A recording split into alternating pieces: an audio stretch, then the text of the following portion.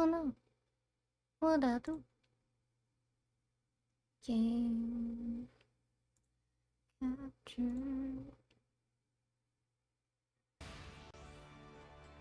Oh. Oh no. Hold on. Hold up. Wait a minute.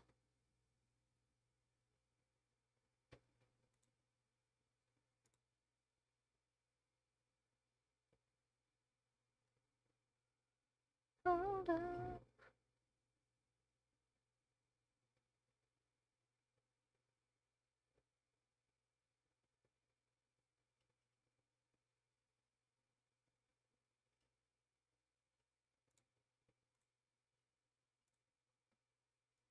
Why is it so tiny? There we go. Hello. Welcome back. I'm Simgo and this is Final Fantasy XIV. We're officially into Heavensward stuff. No. What is this? Go away. There we go.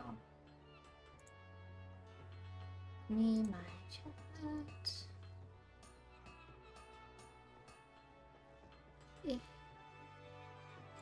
Tuck this here. Everything is out of order, out of whack. Here we go. What were you doing? We were crafting stuff.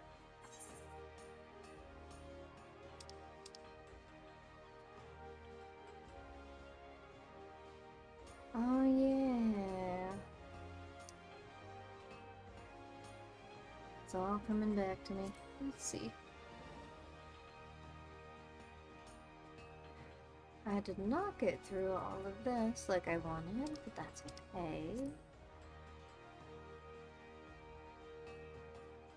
And we'll get to all this eventually. But for the time being, we are gonna go see what the beautiful land of Ishgard has for us.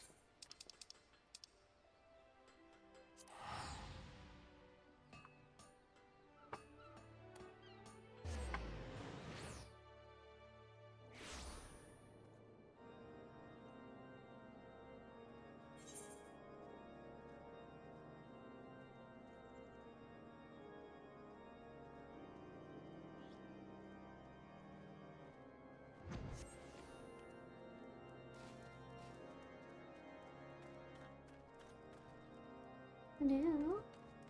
Oh. No, where is he? Oh, he's in this room, yes.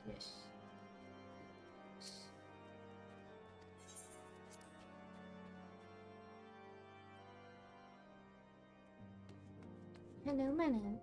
How are you? I must go on ahead and speak with the Count. Fear not, however, for everything has been arranged. The sentries at the Gate of Judgment have been informed of our decision. You need but state your names, and they will allow you to pass. My manservant shall be waiting for you at the city gates, ready to escort you to our manor, where we shall meet again. Until then... Such a perfect gentleman he is.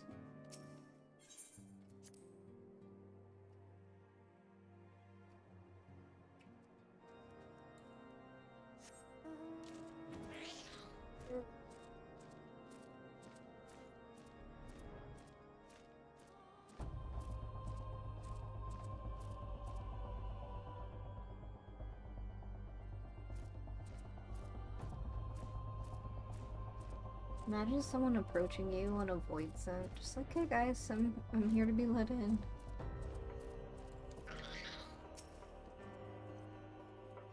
Wards of House Forton.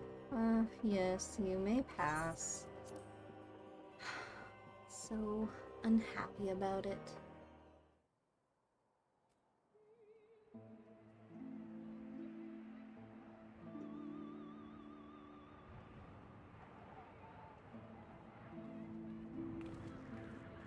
And so they came, at a friend's behest.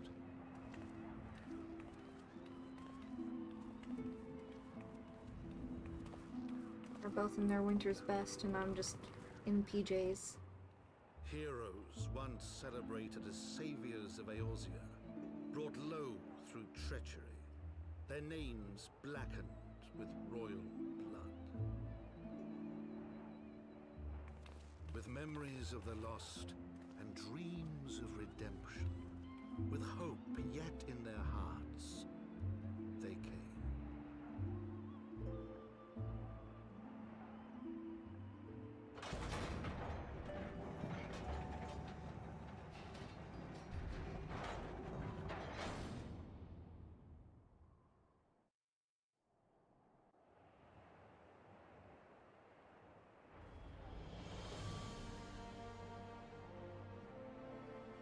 To Ishgard, shining city on the mount, overlooking the dominion of Kurthus. A great and proud nation, devoted to Helone, the Fury, ruled by Thordan VII, Archbishop of the Ishgardian Orthodox Church.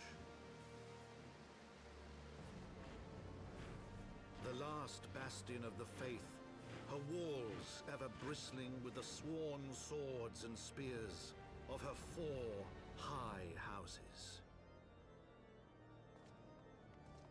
A land that after 1,000 years of war had forgotten what it was to be at peace.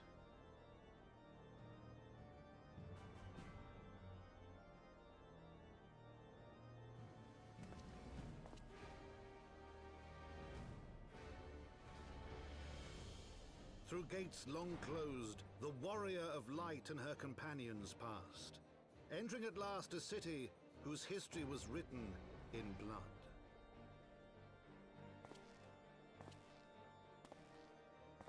In the midst of the Dragonsong War they came, 3 weary travelers whose arrival would set in motion great change. Though none knew then how great.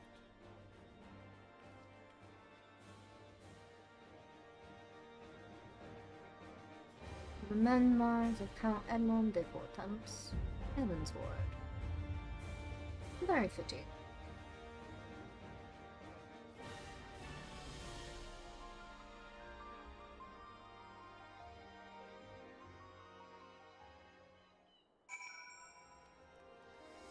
Well, it's very sunny right now.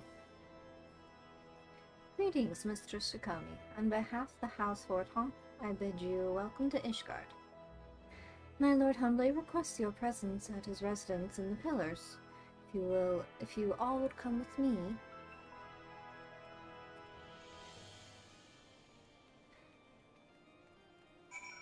Hold on, I gotta touch crystal.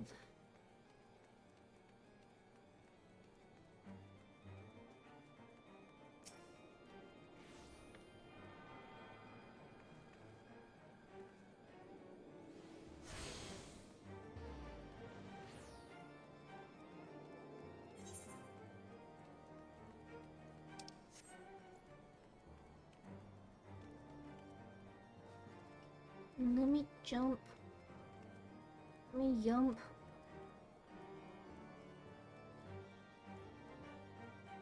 I'm throwing snowballs at each other. Did he try throwing one at me?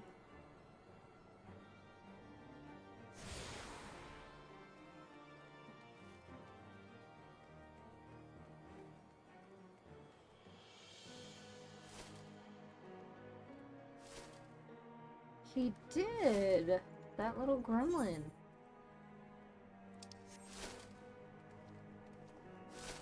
Ha.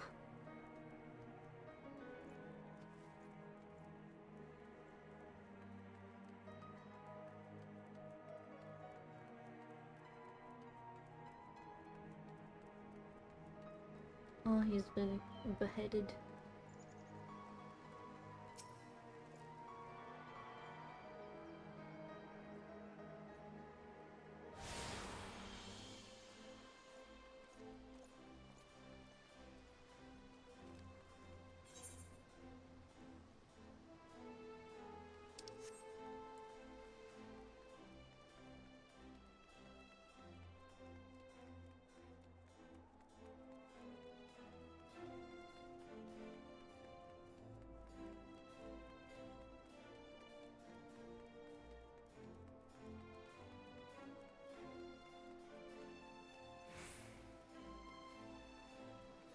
Let's see. I think that's all the ones for this area. No. Yeah. 1, 2, 3, and then the main crystal.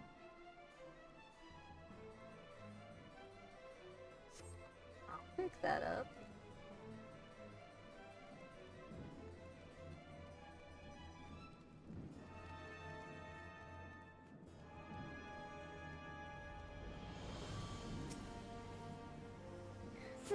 My prospectometer seems rather fond of you.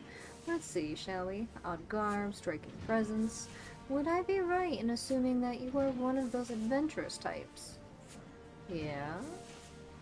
Ah, I thought as much. My prospectometer seldom lies. And let me just say, you have made the right choice in visiting our humble workshop. Welcome to the Skysteel Manufactory, where miracles are born from aether, metal, and imagination. From cannons to ballistas, we develop and manufacture a range of weapons designed for slaying dragon invaders. But we are also accepting students who wish to take up a firearm and learn the technique of a machinist. What say you? Are you interested in joining us and exploring the machinist discipline? Yeah? You are? Well, of course you are. Otherwise, my prospectometer would not have registered your obvious interest. In my excitement, I've neglected to introduce myself. My name is FFXIV. FFXIV de Helionart, and you are? I am Sumiko. Sumiko, is it? Well, Sumiko, allow me to welcome you once more to the Skysteel Manufactory. As I mentioned before, 'tis our charge to develop and manufacture weapons designed for slaying dragon invaders. But pray forget about those tired old inventions. The future lies in machinistry, a technology that weds the genius of Master Gardman's Magitech with traditional aetherology. Every single one of my latest creations employs the principles of this unique discipline. And in the steady hands of a trained machinist, my new inventions are going to alter the very face of warfare. Though I would dearly love to expand upon my revolutionary theories, we should begin by familiarizing you with the tools of the trade, so to speak. Have you time now for a brief lesson?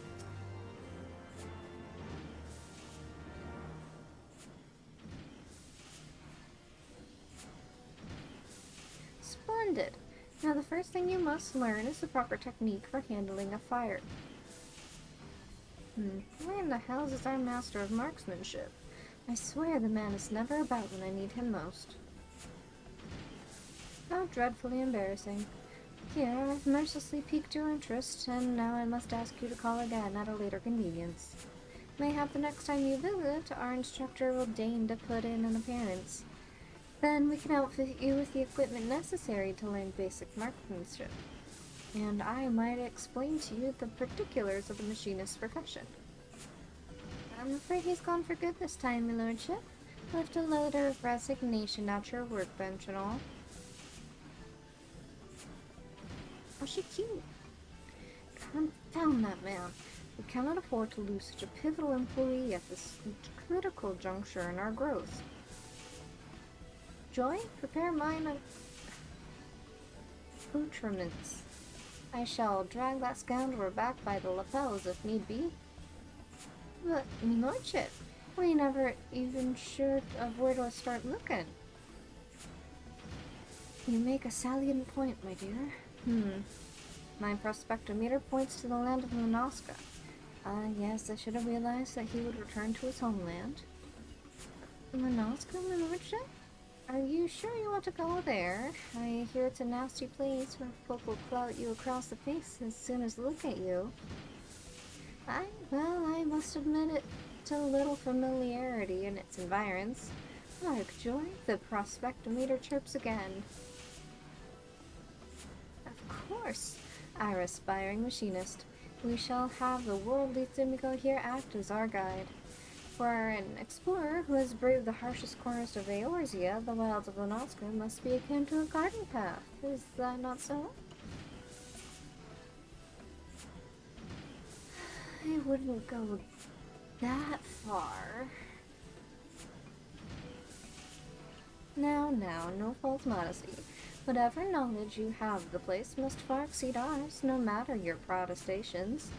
You will consent to guide us, will you not? Then 'tis settled. Joy here, in addition to her loyal service to House Eleanor, is the finest shot in the manufactory. As a novice machinist, I suggest you mark her technique well during our little jaunt to Lanoska. Speaking of which, we must needs decide upon a somewhat less vague destination. I seem to recall our absent instructor mentioning companions from a camp overlook. Let that be our first port of call.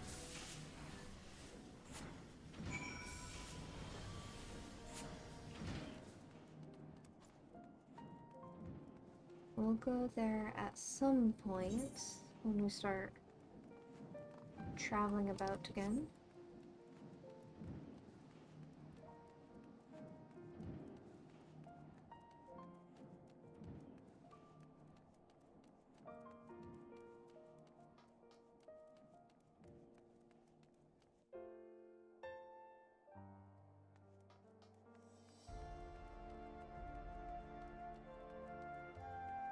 I don't think I need anything mended.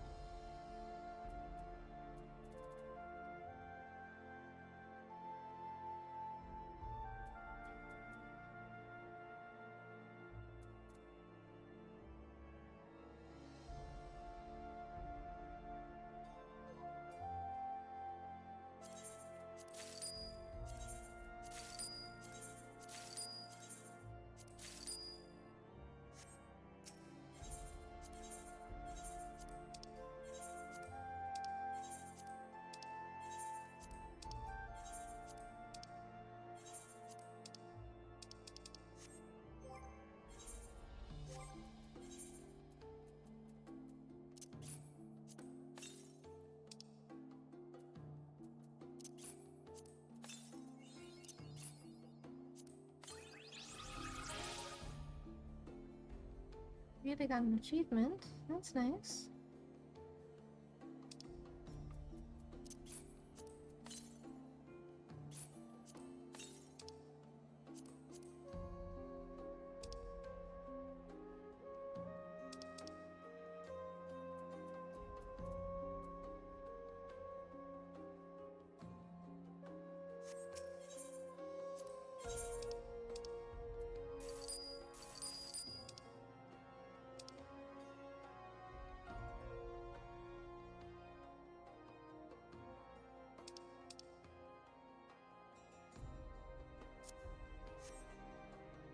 Alright.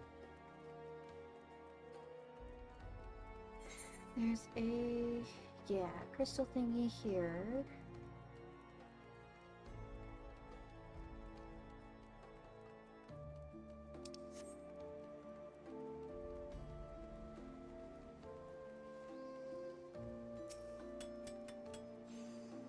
Oops. And then we'll go up to this one up here.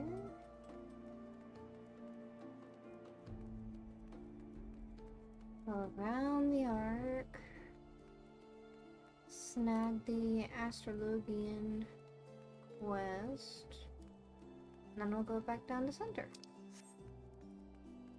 And that should be all of them.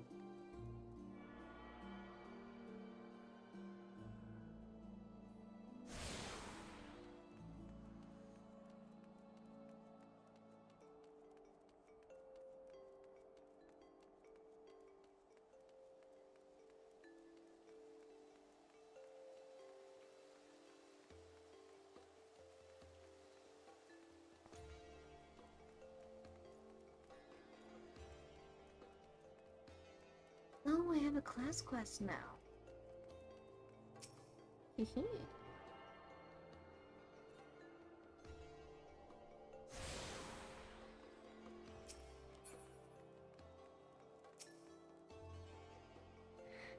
witnessing a spectacle like that, everyday life seems rather dull in comparison. So you didn't see that trial earlier? Ah, your loss. Fury take me, the way that heretic swung that slab of iron he called a sword was a sight to behold. He couldn't have carried a shield if he wanted to, the blade was so big. Had to keep 2 hands on it at all times. I was amazed he managed to keep up with the Temple Knight for as long as he did. Fought like a demon from the deepest pits of the 7th Hell, bellowing threats and working his arts. I wasn't sure what to make of it at first, but then I heard someone say he must be a Dark Knight. But you didn't hear that from me, eh? In fact, I'm sure I didn't know anything about it. I peeked. Ye gods, are you mad? We're standing outside the bloody tribunal. Fine, fine, but keep quiet and listen well, because I'm only going to say this once. Okay. So as I was saying, that heretic was fighting like a man possessed. Even after he took several wounds, he showed no signs of pain, though there was no mistaking the blood. As the fight wore on, it began to soak through his armor, spreading to every ilm of his body, and when it began to rise and envelop him as a mist, I realized that it wasn't blood, it was something dark and twisted. But the righteous are not so easily cowed, alone I be praised. I screamed myself hoarse when the Temple Knight slipped past his guard and ran him through. Good riddance, I say. Man was not meant to wield such arts. And yet I wonder, was he truly one of those... Well, it matters not. I heard the Temple Knights talking of dumping his corpse in the broom. By sunrise, it'll be stripped bare and tossed over the walls. It will be as though he never was, and as though we never had this conversation. Suspicious?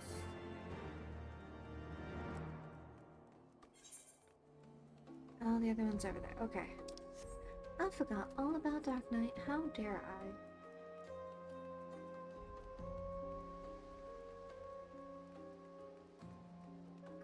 This one.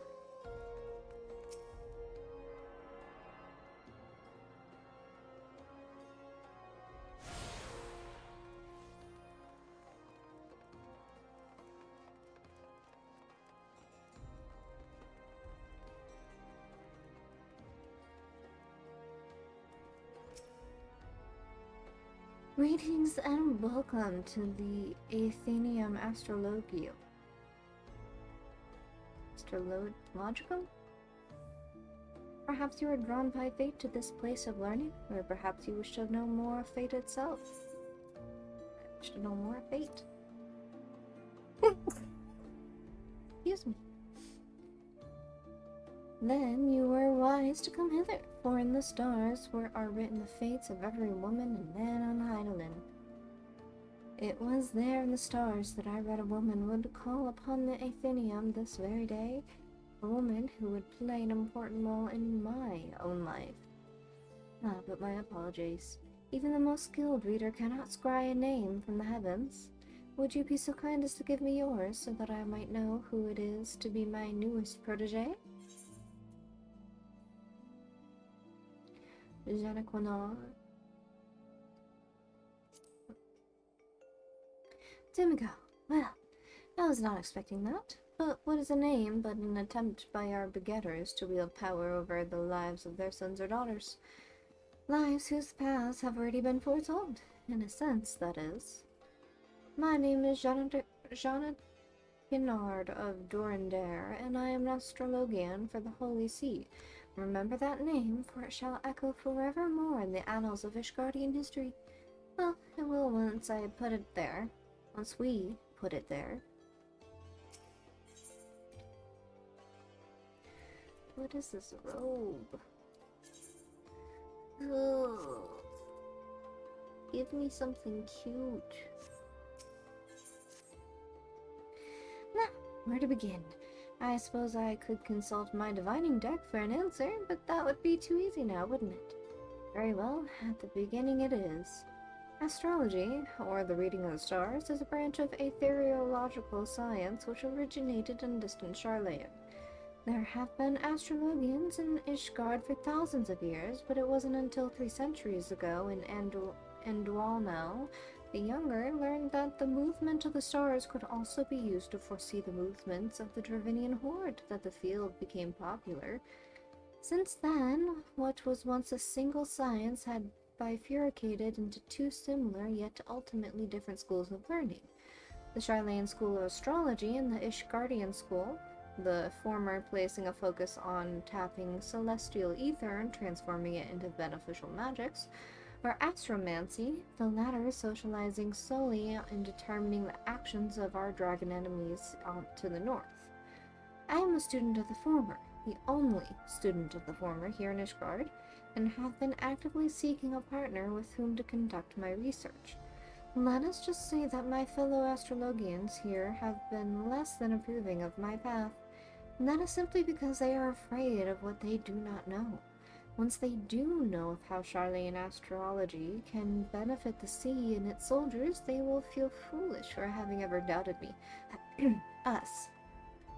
You will be joining me, will you not? Walking the path that has been laid out before you instead of stubbornly denying your fate, postponing the inevitable? You're leaving me little room to say no. I see you wasted no time in making your decision. Like I always say, the stars are never wrong.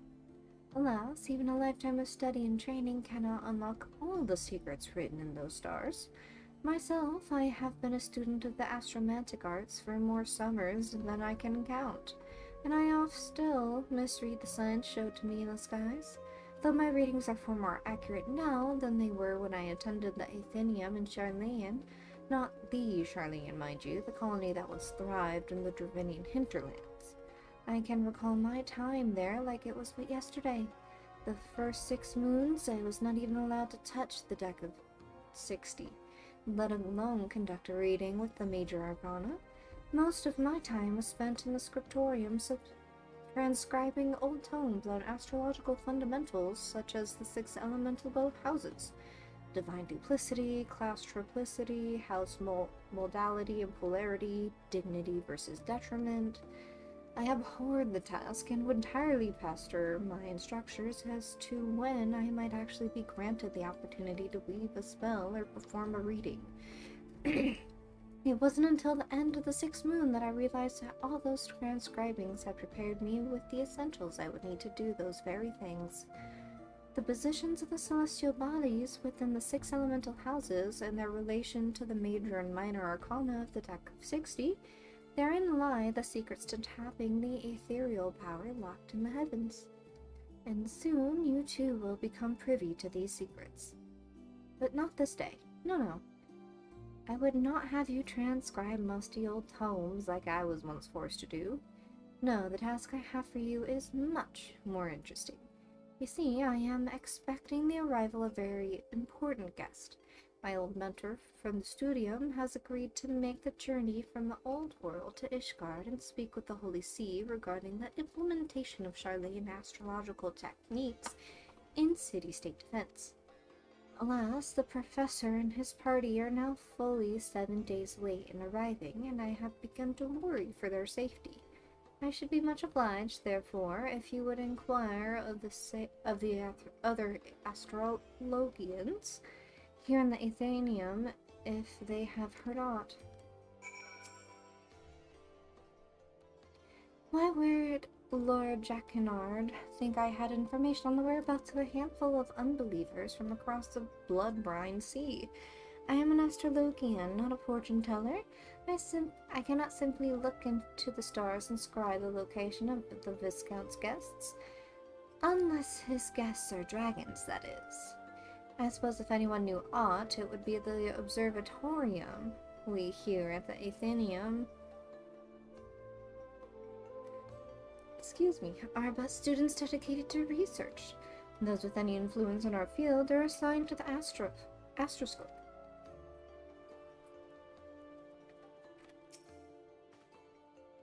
Let me guess. The good Lord Janet Kennard said he saw you in a vision, and the stars told him you were to study Charlene astrology with him. Am I close? You must be the 100th of his little pets to pester me this week alone. I harbor no ill will toward ignorant unbelievers unlucky enough to find themselves caught up in talk of stars and fortunes, but you may tell that sorry excuse for an astrologian for the umpteenth time that I have heard naught concerning his imaginary friends from faraway Charlene. Just do not tell the Viscount I called him a starry excuse for an astrologian, all right? I don't know.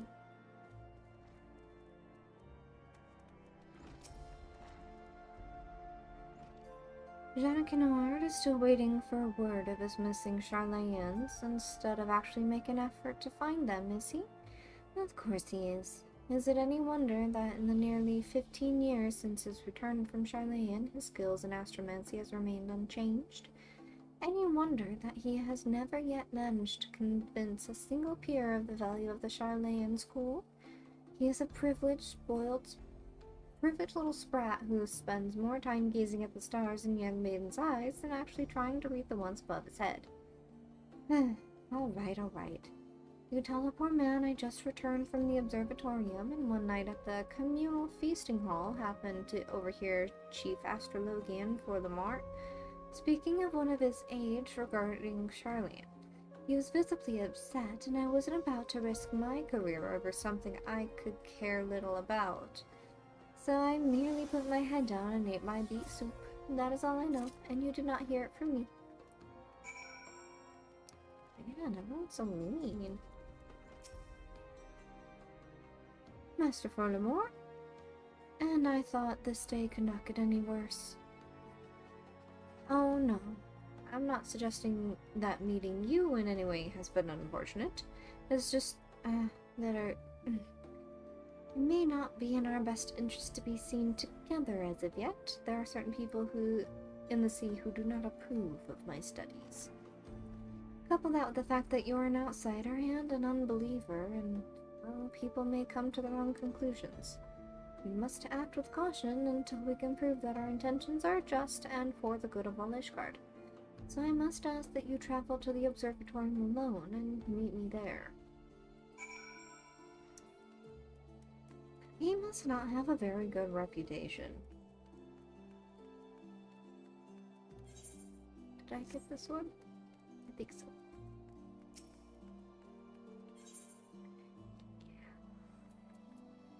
And I just need to one more, and then we got them all.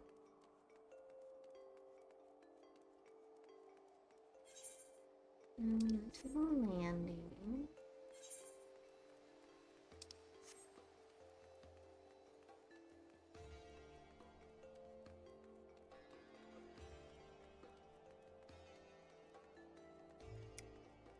Only it weren't snowing, this would be a very pretty sight. I think.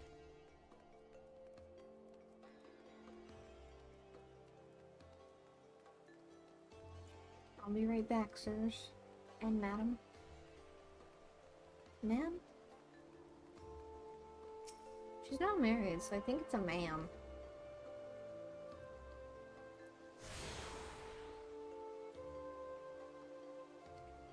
Yay! Ashfall? The warrior of light and her brave companions walking the streets of Ishgard at last. What a glorious sight! I cannot tell you how long I have awaited for this day. Allow me to present to you my family home, Forton Manor. I should like nothing more than to show you around, but everyone is gathered to receive you. My friends, introductions must be made. Okay.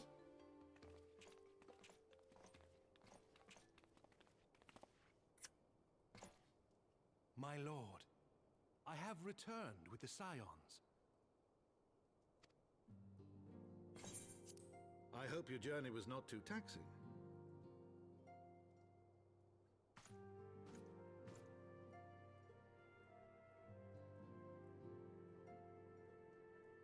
I Count Edmond de Fortomp do bid you welcome. As wards of House Fortomp, you shall be afforded every courtesy. My home is your home.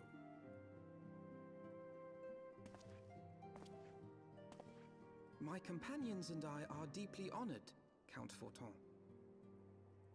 The honor is mine, Master Alphino. Consider it an expression of our gratitude for your service to Ishgard.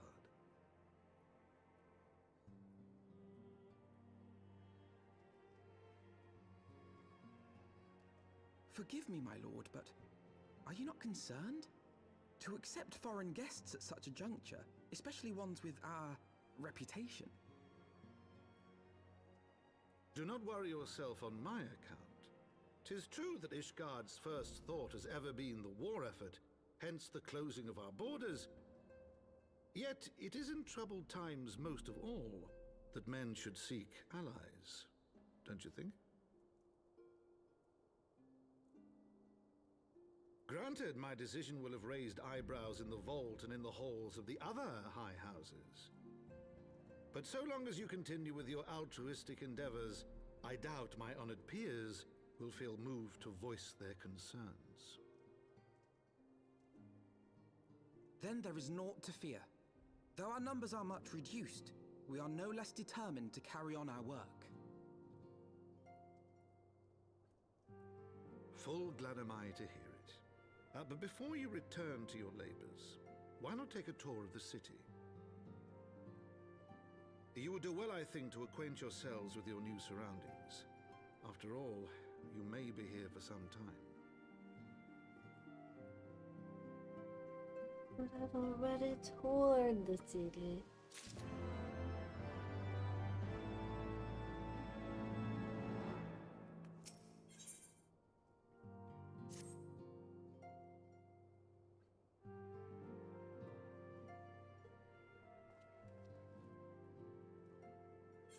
Though our friends in House Forton have been generous enough to extend to us their protection, we must take care not to impose too much upon their hospitality.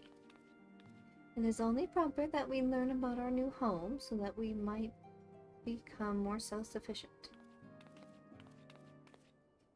It'll take a while to learn the lay of the land, but learn it we must. Then there's the markets and taverns. We'll need to know where to shop and where to hear small talk. Would seem a tour of the city is indeed in order. Thank you for your counsel, my lord. My companions and I shall, of course, do as you suggest. Very good. Then my manservant shall accompany you. He will be able to answer any questions you might have. Ah, but I grow forgetful in my dotage. There is something I must give you ere we depart. Your documentation is in order, I trust? Yes, my lord.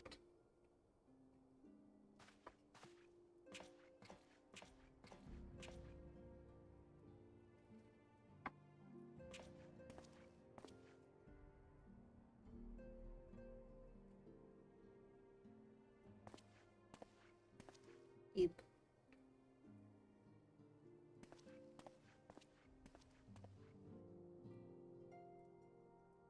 Those documents identify you as wards of House Forton. Given that our borders have remained closed for decades, many of my countrymen are unaccustomed to treating with foreigners. Should anyone happen to question your presence here, it may prove necessary to remind them that you remain under the protection of House Forton. But let us hope it shall not come to that. Rest assured that we will do our utmost to avoid any situation which might compel us to invoke your name.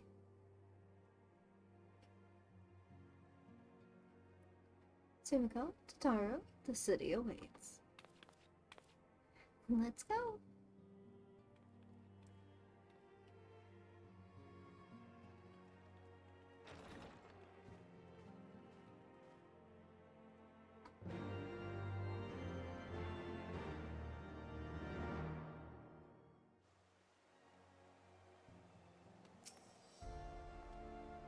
As this is your first time in our fair city, pray permit me to show you the hop block from whence we may gaze upon the splendor of the Holy Vault. Though all other sights pale in comparison, 'tis only meet that you see it first. I shall then show you around the jeweled crozier, where you may purchase all manner of goods and services before descending to Foundation's Aetheryte Plaza. If there are no questions...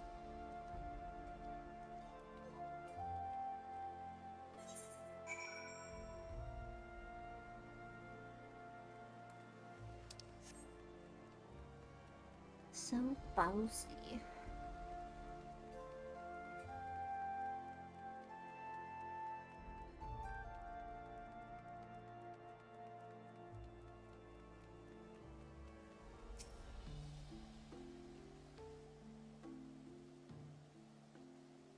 The Hopland, so named for the bronze great shield borne by our nation's patron deity, is the largest plaza in Ishgard. The magnificent cathedral to the north is, of course, the Holy Vault. The vault is both Ishgard's seat of government and the residence of the Archbishop of the Ishgardian Orthodox Church.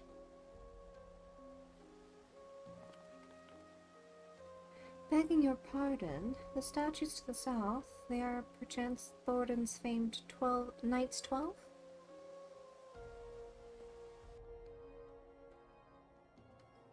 Very good, Master Alphino. Though they are the fathers of Ishgard, the brave knights who joined King Thornton the First to put down Nidhogg and found this great nation. Ours is a city rich in history and tradition, and there is much you can learn by exploring the pillars, time permitting, of course.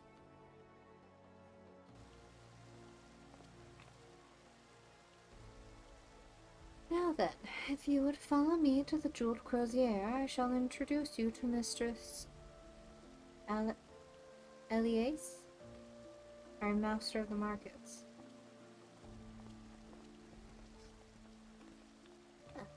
Alacy?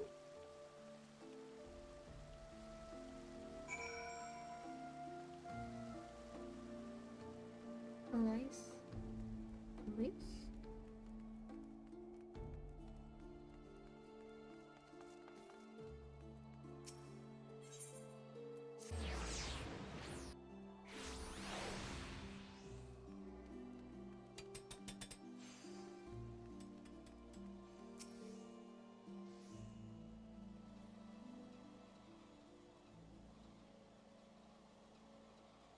Well, you're clearly not locals or traveling peddlers, which makes you all...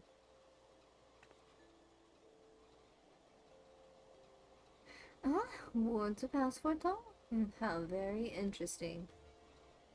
Count Edmund has granted us leave to remain in Ishgard for as long as we wish, which may be some time. Accordingly, we will have need for sundry goods, hence our desire to make your acquaintance. That is, of course, assuming you are content to accept the custom of foreigners. Should you be uncomfortable...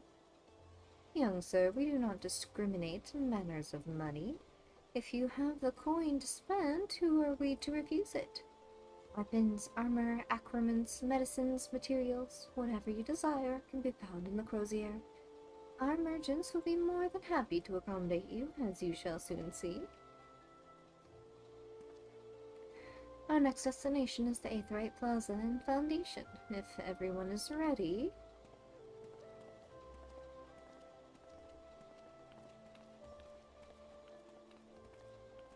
They always leave without me.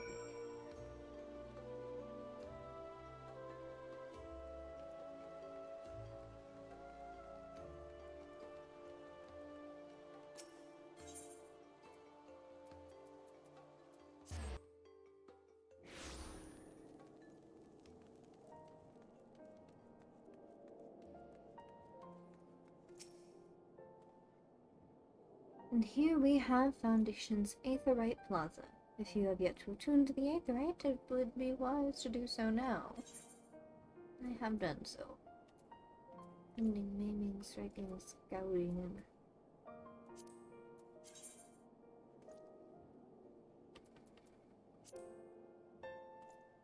That's kind of cute.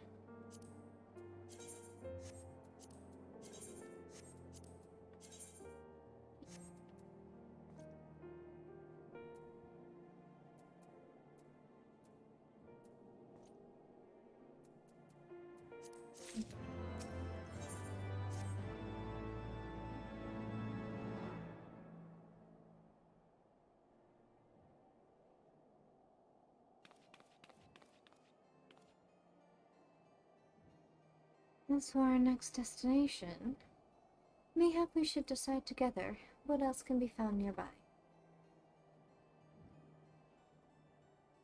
The Sky Steel Manufactory stands to the west. There our engineers conceive and manufacture weapons for use against the dragons. The holy stables, where chocobos are trained for war, also lie in that direction.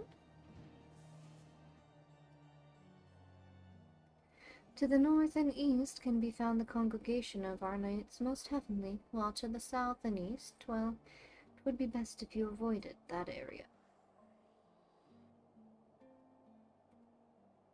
And why is that? I fear our knights may not be able to ensure your safety in the lowest levels, Master Alvino. Watch your nose when you pass the broom, little lord. A delicate flower like you is like to wilt in our fumes.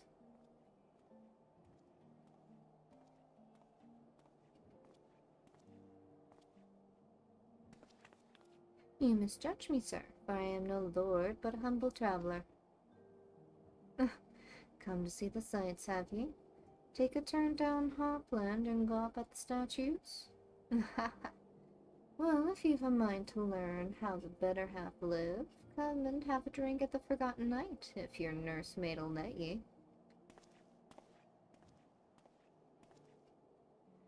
My humblest apologies, Master Alphino. Pray pay that drunken lout no mind. Oh, but I must. It would not do to refuse such a heartfelt invitation. Yes, I simply must see this Forgotten Knight for myself.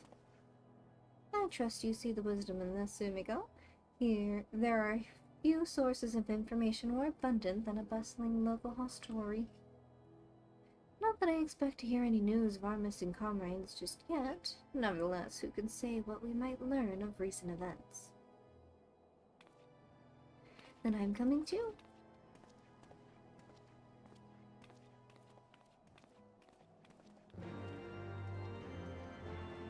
He looked at us and was like, please no. Anywhere but there. Please. I have to go talk to this dude. Or actually gotta find a dude? Search for the Temple Knights. You.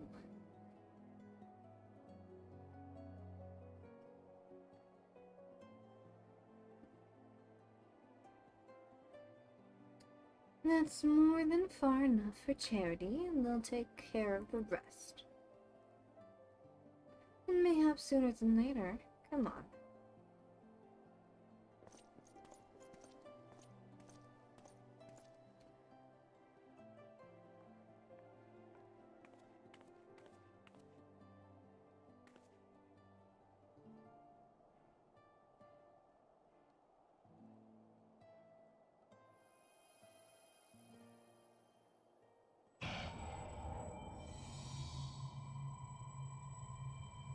Is this it? Is this all it wants? No. No more. Enough. Open your eyes. Look. Do you see now? Do you see?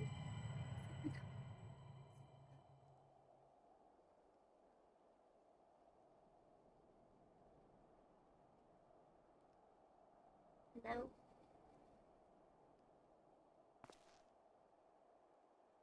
Did you take my life force? I have been waiting for you to open your eyes. You alright? You are moaning in your sleep and sweating buckets besides. Name's Frey, by the way, but no, I'm not a heretic. Try convincing a Temple Knight drunk on authority of that, eh? Shame the pompous arse got the better of me. But how about you? You touched it, yes? That couldn't have felt good. A voice, eh? And a rather distressed one besides. Please, someone, anyone. Not so fast. We need to talk about what's happening to you. It's growing within you before you get carried away. There's a darkness within us all. Nothing dangerous, mind. In fact, it's quite healthy, but the crystal changes you. Gives you the power to channel it. Do it without proper training, however, and, well, it might hurt. So go ahead. Ask me to teach you. Ask me to instruct you in the ways of the Dark Knights, and I will.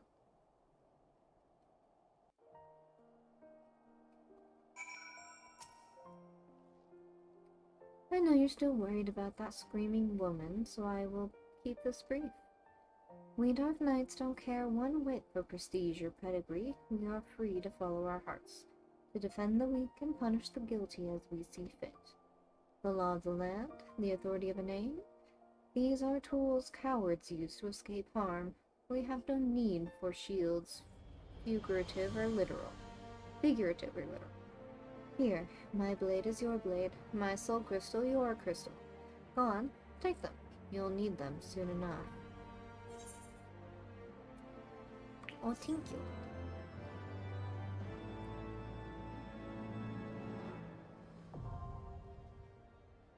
Yay! Okay.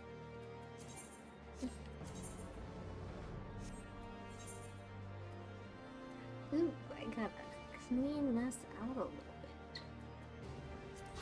We'll do that in a bit. Ooh, no.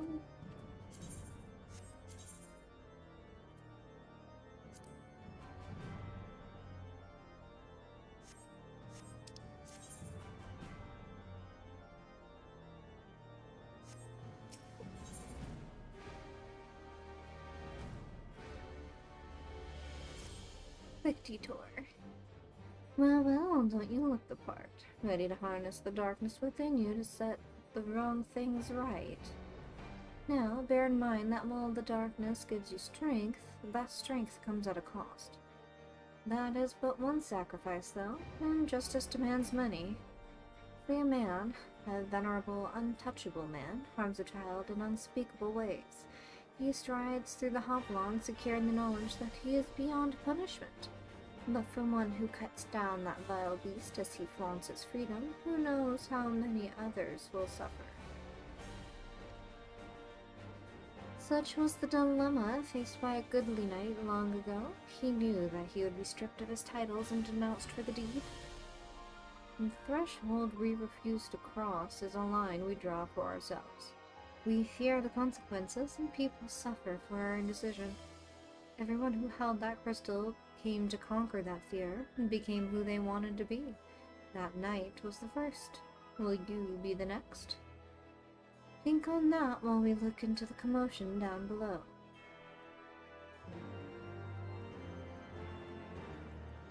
Don't you dare throw that snowball.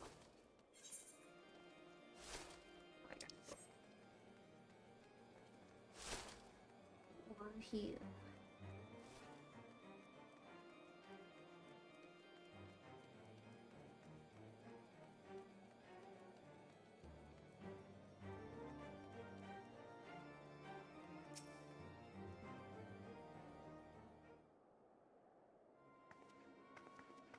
Please, I don't know what to do. It's my granddaughter. I didn't see him standing there. I know it's no excuse. I should have been more careful. My granddaughter, she started yelling at the temple knight, and I tried to stop her, I did. But then he said she had to come with him, and if I could just tell him how sorry I am, maybe he would. He'd take you too, is what he'd do. Even if you went and begged the blue bastard to intervene, it'd be too late by then. Ain't the first time they've taken a girl her age. If she doesn't fight back, they might let her go after. No. There has to be another way. Ishgardian justice. They might spare the girl, you know. Leave her with a few scars and a lifelong lesson. Or we could be every last one of them within an ilm of their lives and rescue the girl. You'd like that, wouldn't you?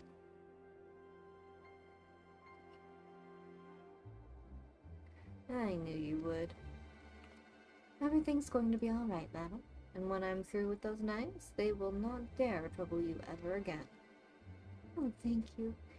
Thank you.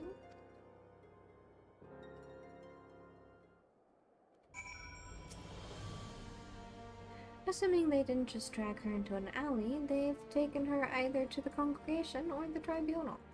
The Honorable Sir Aymeric wouldn't suffer such reprehensible behavior under his roof. The Inquisition, on the other hand, well, so that leaves the tribunal. If the girl's still alive, I imagine they'll make all manner of threats. Come any closer and she dies, and so forth. If so, we'll need to make something perfectly clear to them. We're not here for her. We're here for you. Once they understand she means nothing to us, they'll attack us or flee. I don't know about you, but I'm eager to find out which.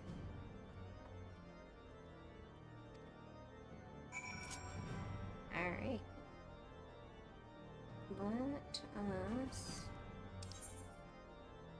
fix this up real quick.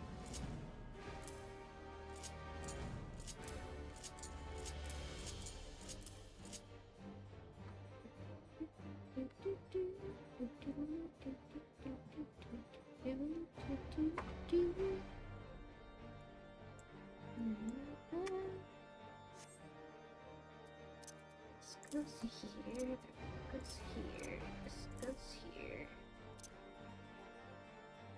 this comes over here.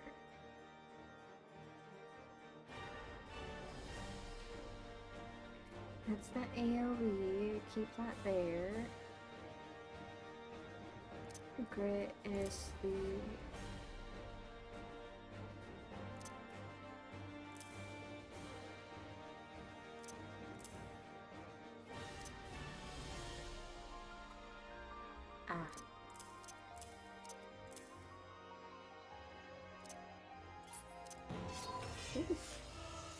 Yes, that's the AoE one.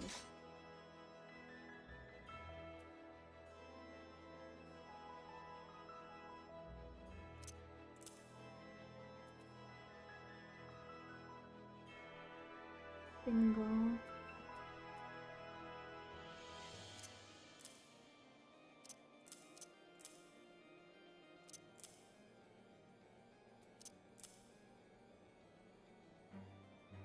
Okay.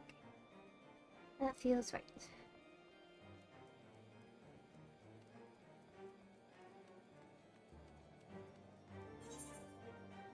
I gotta go up.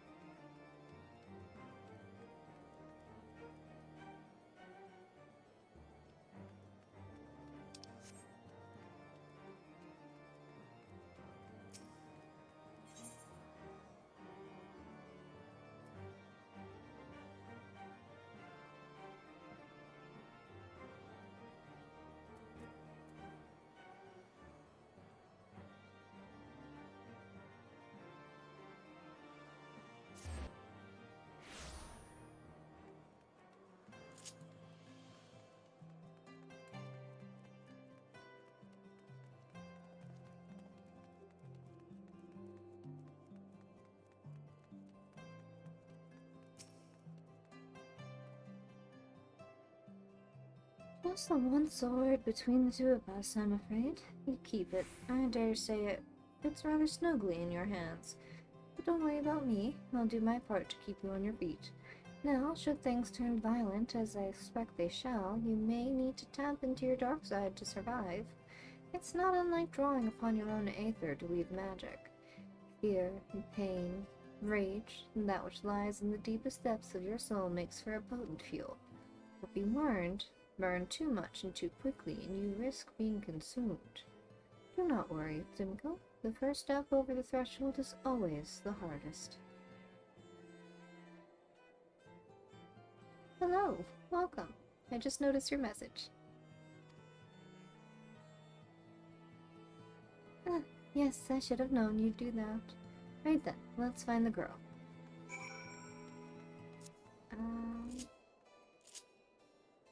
I wanted to get rid of this.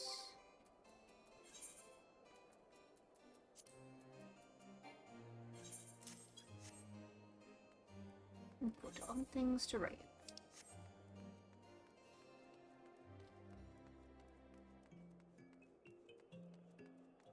Yes, we do. Hi, how's it going? How are things?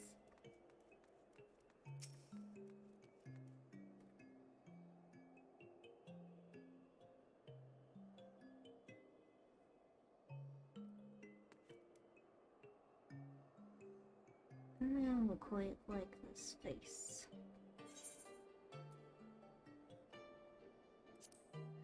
Let's see how I get my butt kicked.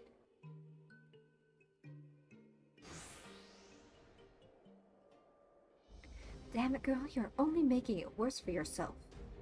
What the hell's with you? I've done nothing wrong. Why are the pretty ones always so daft?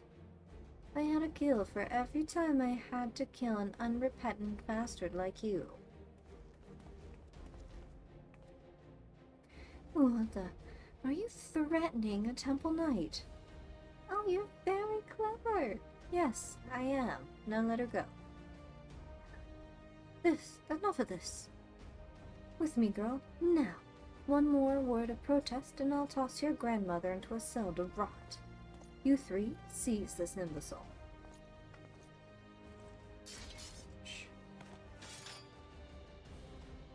Oh, that all the staff? Look at you.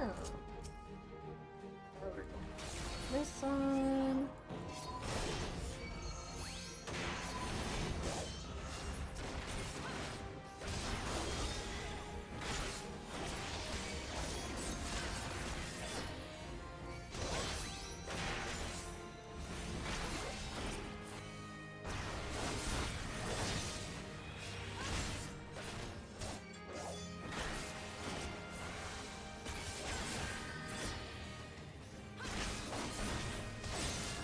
Oops. I got bonked. Fall back. Bring everyone. She's gone mad. Reinforcements, eh? Looks like we'll have to even the odds. Search your soul for the darkness. We need but a sliver. Yes. Yes.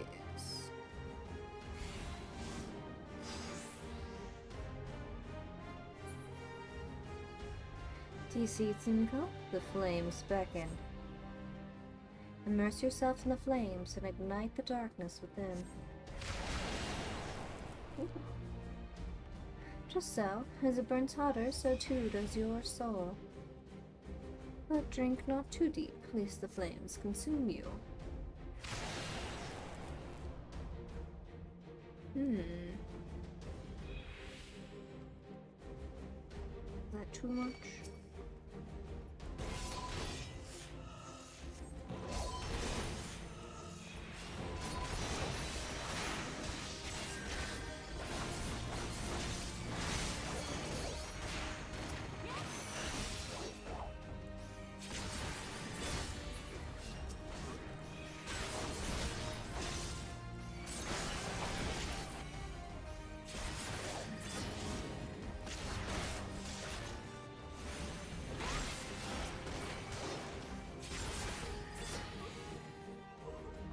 Where am I going now?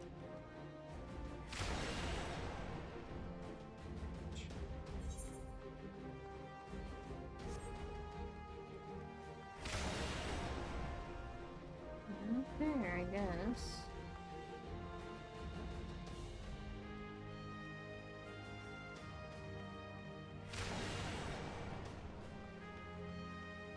Up this way.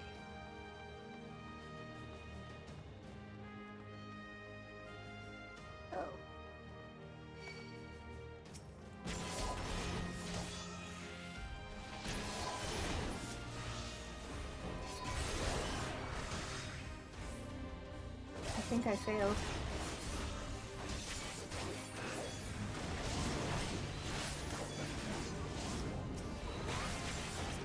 Huh? No, it just spawned a new thing.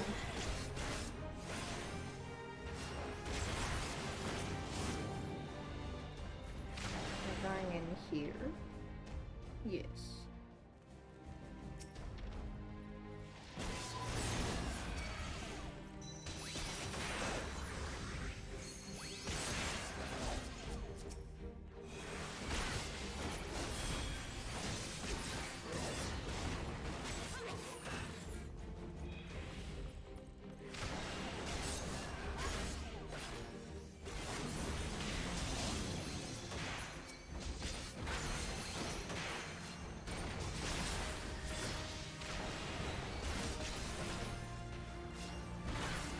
That's the dude.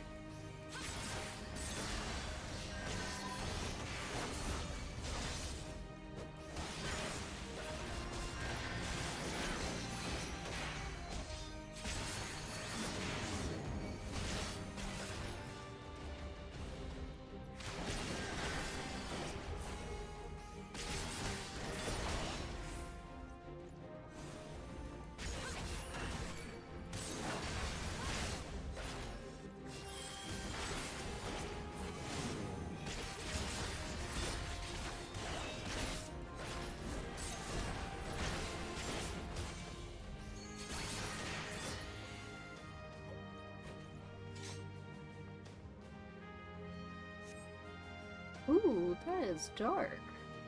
I'm not gonna kill him, but I'm going to kill his wife, his friends, and burn his goddamn house down.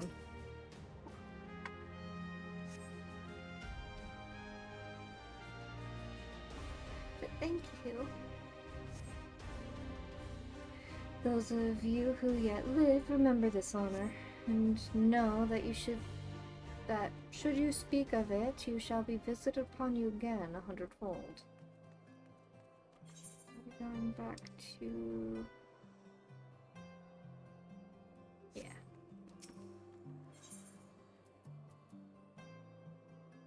No?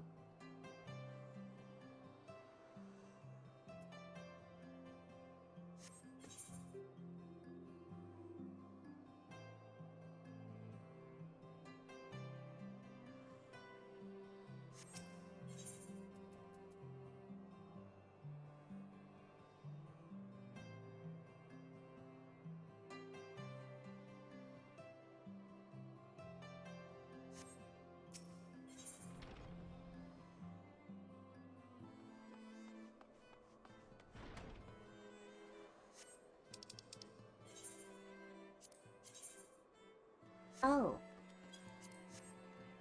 Like, right there.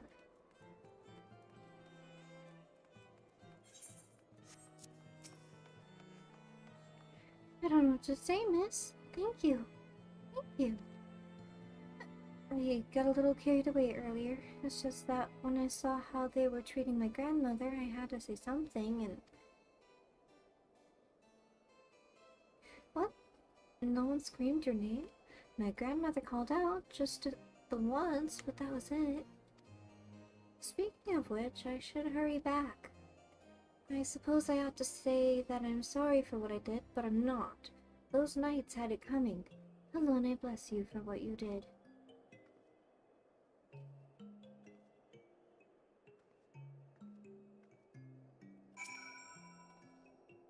Feels good, doesn't it? Strange, maybe, but a good strange, I'll wager. You tapped into something primal, a power nestled within you, yearning to be free. As you might understand of this as your understanding of this power grows, so too will your skill as a Dark Knight. You have done well, far better than I could have hoped. In fact, but there is still so much more to learn, so much further to go. I won't lie to you, Tsumiko. The risks will only increase. So if you want to keep going, you have to trust in me. Can you do that? I can. Good. That's a promise. Circumstances being what they are, it might be best if we parted ways for a while. Think of it as an opportunity to hone your skills in my absence. But don't worry, we will meet again, when the time is right. I'll be waiting for you where we first met.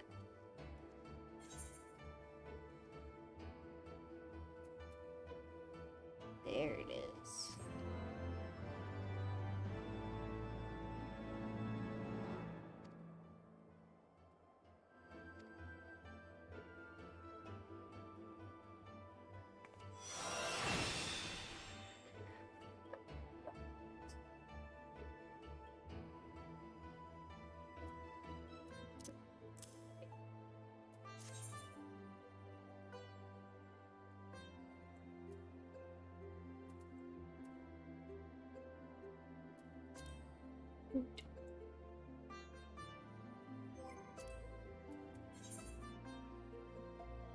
I'll put you here. And you here.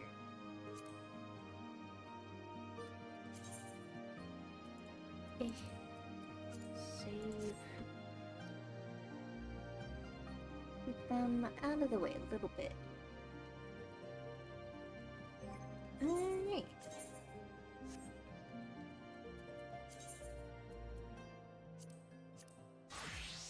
Here we go, let's get back to the matter at hand.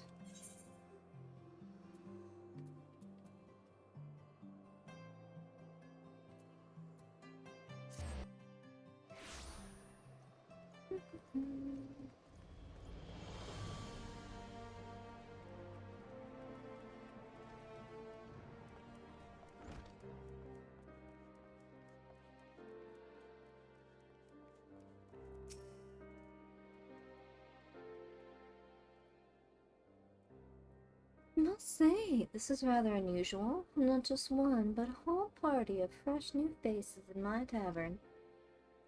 We but recently arrived in Ishgard and are eager to acquaint ourselves with her more notable establishments. Master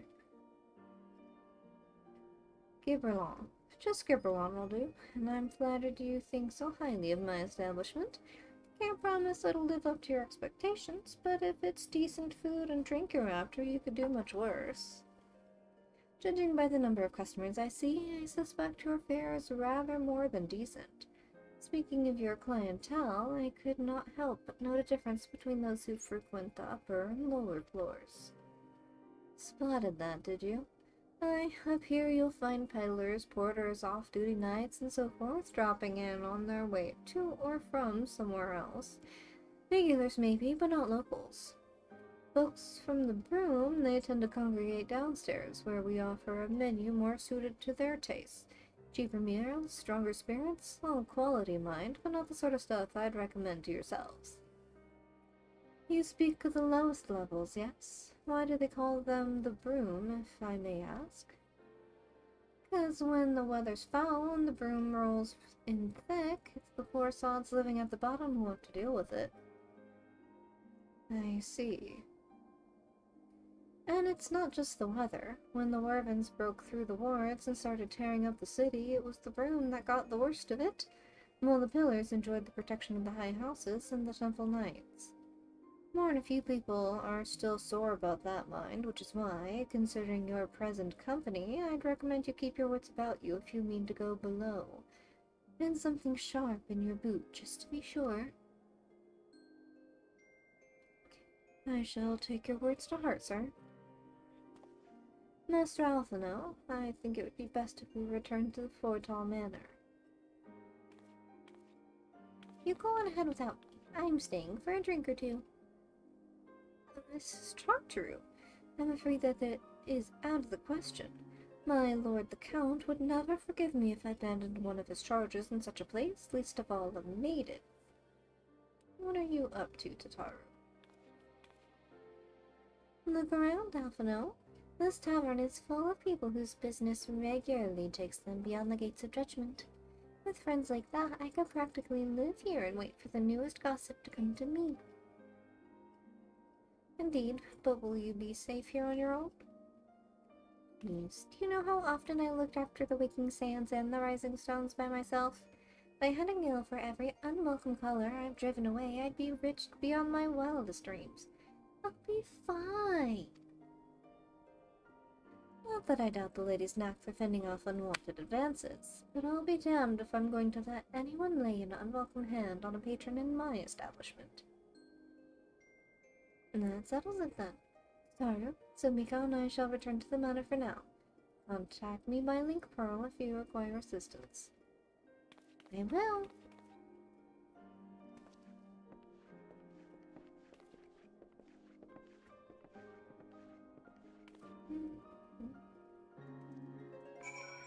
Oh, they do have an inn here. Okay. I never realized that. Hallowed.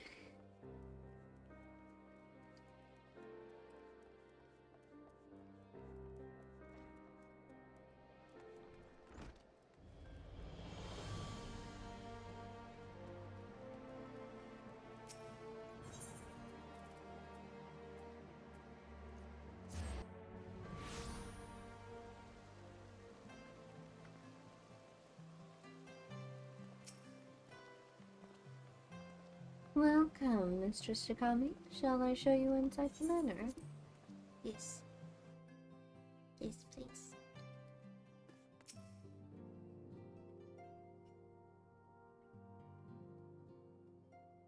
Tell us then, Master Alphino, does Ishgard meet with your expectations? That which I imagine pales in comparison to the reality. I felt the weight of 1,000 years of history with every step I took. Oh, thank you! I'm enjoying Final very much. And I hope you enjoy your stay in my stream for however long it may be. And when those steps took me past the scars left by the wyverns in the Foundation, I understood how easily that history could end in tragedy. The attack was devastating, the casualties unspeakable. The wyverns did not discriminate. Unarmed men and women, even children, were given no quarter. Sir Aymeric has ordered his knights to strengthen our defenses, and each house has been called upon to lend what support it can. There is much to be done, yet alas, able-bodied men and women are in short supply. Mayhap we could be of assistance, my lord.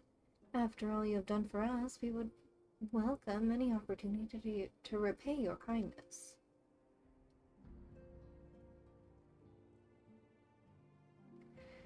That is a most generous offer, Master Alvino. You are a guest in my home, to whom I have extended my hospitality without obligation, let or need.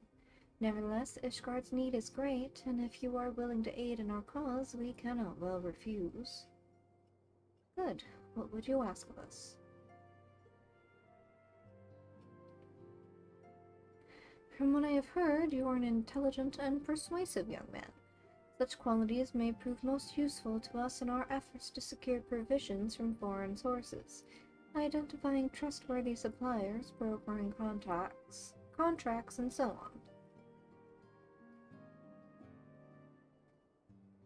As for you, Mistress Shikami, I could ask no one better than a storied veteran such as yourself, a woman with the capacity to act swiftly and decisively when needed, to aid Artorial and Amenelin in their duties. Amenelian.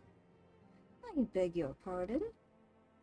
I am more than capable of carrying out my duties by myself. I have no need of our honored guests' assistance. Now, be reasonable, brother. What manner of fool would say no when a famous hero offered to do his work?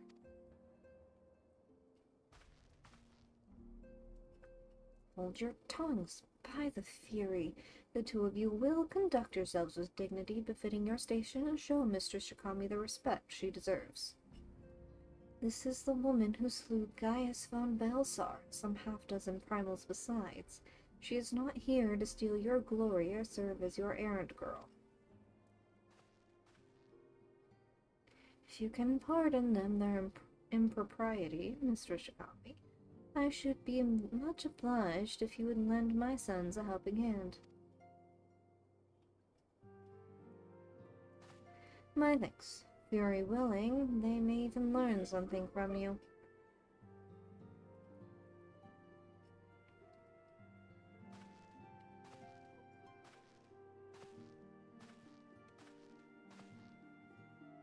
And then there's just little Honoroi.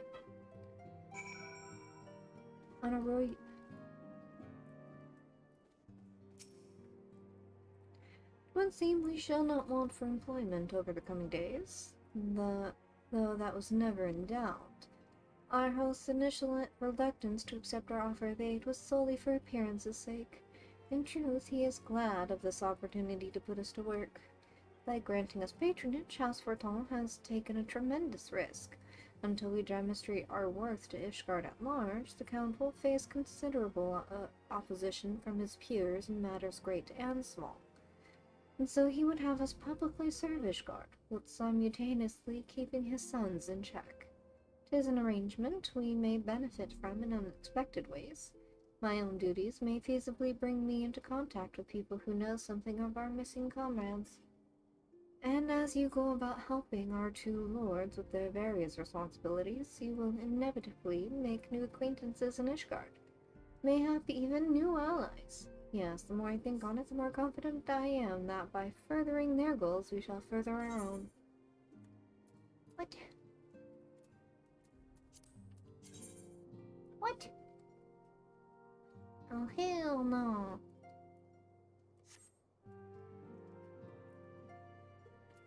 Good thing I don't need it.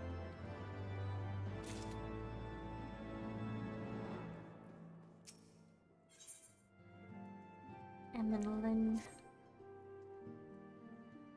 the lane. Shall we be off then, old girl? Ah, but where are my manners? I am Emmanuel de Forton, second son of Count Edmund of Forton, true-born, that is. Yes, yes, I know what you're thinking. You are absolutely right. What ill fortune to be born second in a society where the eldest inherits all. Oh, my brother would never cut me off, 'tis true, but who could be satisfied subsisting on a meagre allowance, forever overshadowed by his sibling? Not I, old girl, not I. Which is why I need your help to ensure that the business in the sea of clouds goes swimmingly, so that the tales of my great deeds can win me a place in the people's hearts, or better yet, raise me higher in their estimations than Artorial. Ambitious, I grant you, but then I do have a legendary hero to do my bidding. Oh, don't look at me that way. I jest. Anyway, we are here to aid the good men and women of House Hellion. They have ever been steadfast friends of our house, though they've fallen on hard times since Calamity, poor blighters. As for what precisely we will be doing, well, what fun would it be if I told you everything in advance? Just come along with me to the airship landing. We'll need to take the airship to Camp Cloudtop.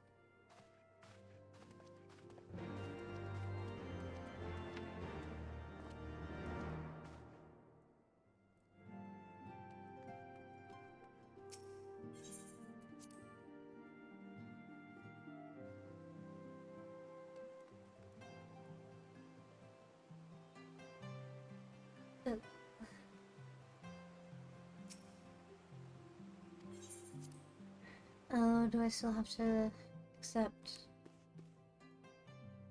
Yeah, Artor.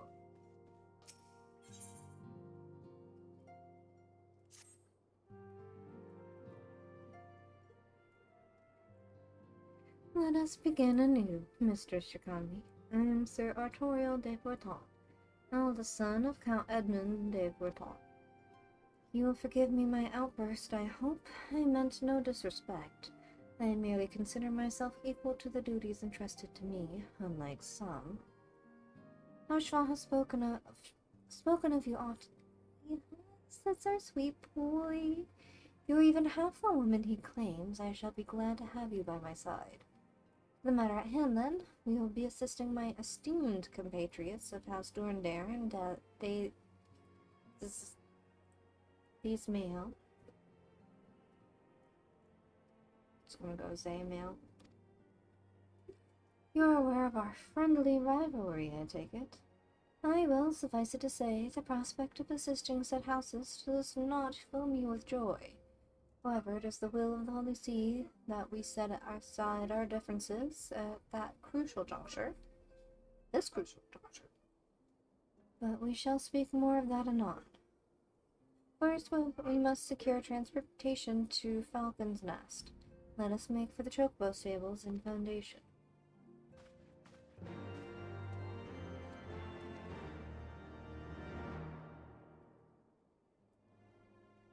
Okay.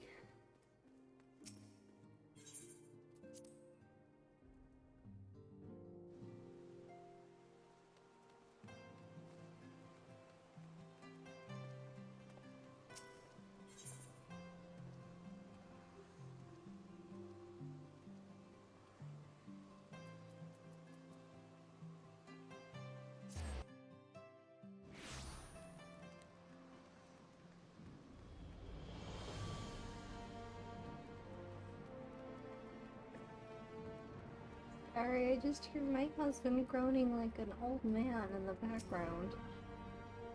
So if anyone hears anything, that's what that is. No one's dying, I promise. Greetings, Mr. Shikami. I have saddled a black chocobo for your journey into the Western Highlands as per Lord Artorial's instructions. Will this be your first time riding a black chocobo, may I ask? If so, you're in for a treat.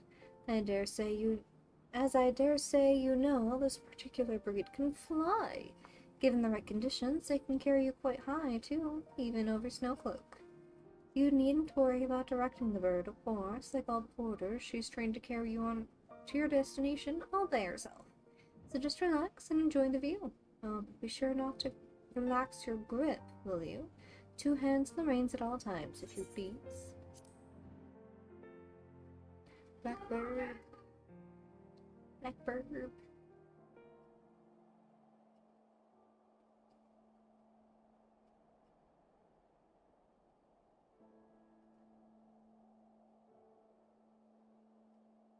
Looks pretty bleak, if you ask me.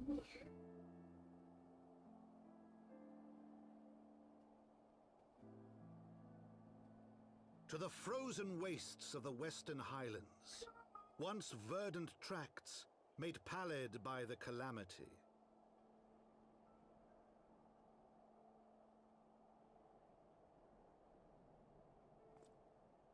Beyond the towering wall of ice, to lands long forsaken that the knights of Ishgard strove tirelessly to reclaim.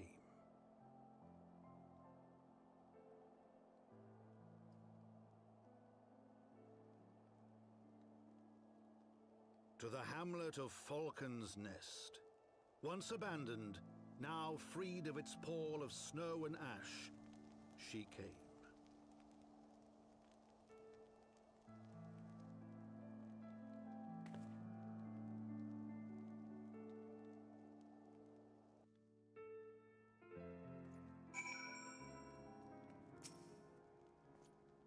The world looks quite different when viewed from the back of an airborne chocobo, does it not?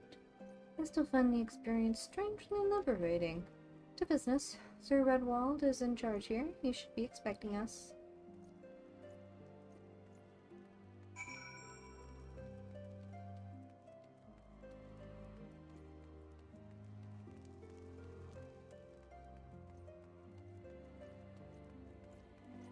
Sir Redwald can wait while I touch Crystal.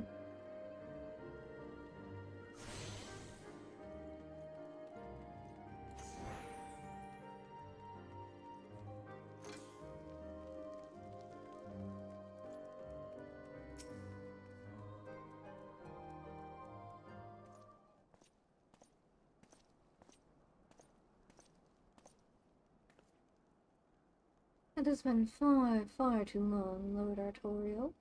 And who might your companion be? Pray forgive us our lateness, Sir Redwald. I present to you Sumiko Chigami, Ward of Heavensward Hall. Ah, yes, of course. Lord Drillermon spoke of you. I, Sir Redwald of House Dorndare, do bid you welcome to Falcon's Nest.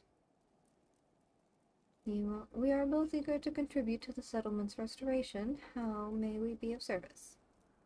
Before we speak of that, I would be correct in assuming that Mr. Shikami is unfamiliar with our recent history. Then, with your permission, I shall recount the tale for her benefit. As you may know, Falcon's Nest was once a hamlet with a small garrison of knights and some few villagers. Then came the calamity. When it became clear that the snow would not stop falling, we had no choice but to order a complete withdrawal. The settlement and the entirety of the Western Highlands were to be abandoned. Abandoned to the heretics. Lady Iceheart and her kind have walked these lands with impunity ever since. Aye, but no longer. Holy See has commanded the reclamation of the Western Highlands and the expulsion of the heretical elements. Falcon's Nest is key to accomplishing these objectives. But, as you can see, rebuilding the hamlet will be no small undertaking. Our craftsmen require support and protection. Any assistance you can offer will be greatly appreciated. As promised, we of Heavensward Hall are at your disposal, Sir Redwald. You need but tell us where to begin.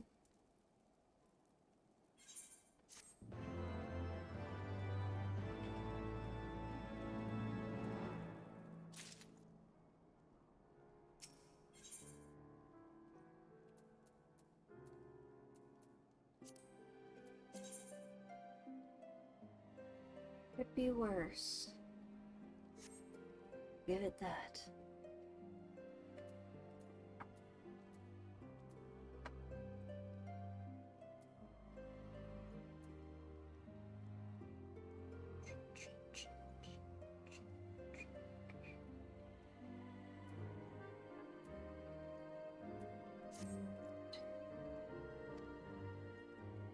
These men and women are quite skilled at building and preparing fortifications, but their progress has been hampered by a number of factors. Roth, their foreman, tells me he has need of a woman of your talents. Would you be so kind as to seek him out? Roth. There he is. Roth. Hello. Yes, I am Roth, and who might you be?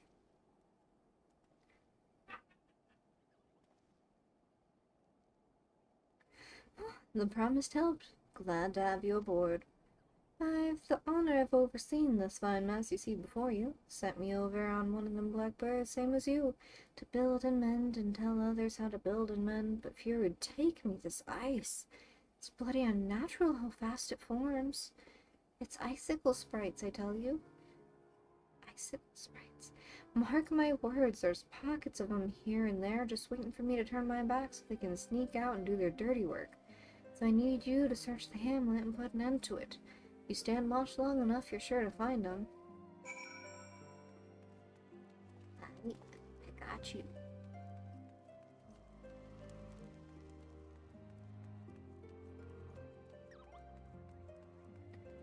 Local.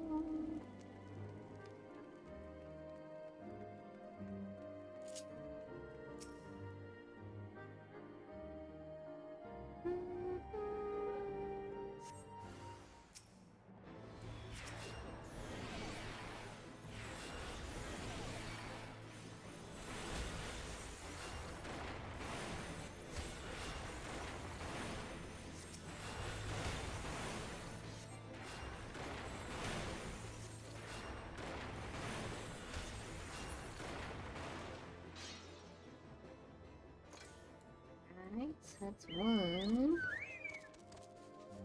I can't fly. That is upsetting.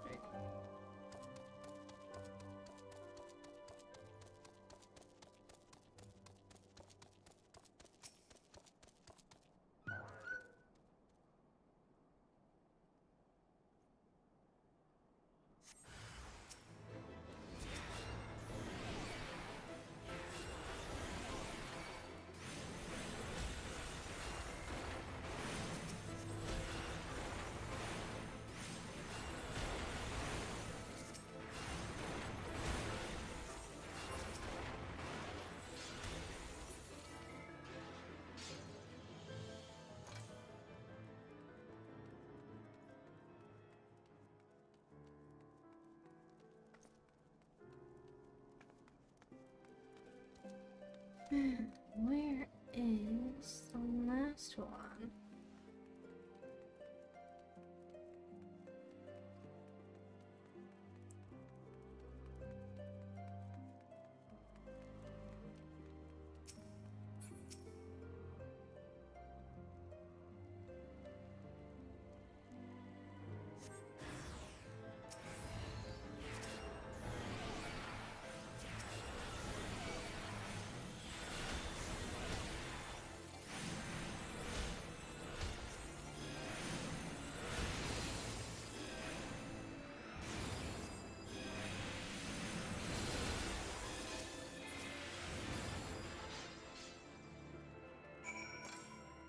Beautifully done.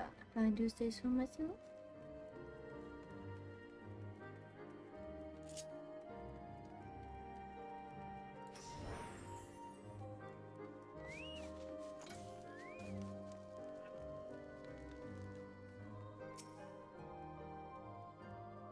Now there's a woman that looks like she's found her marks. You're just the sort we need around here, the kind that'll hop to when she sees a task undone. I'll take it.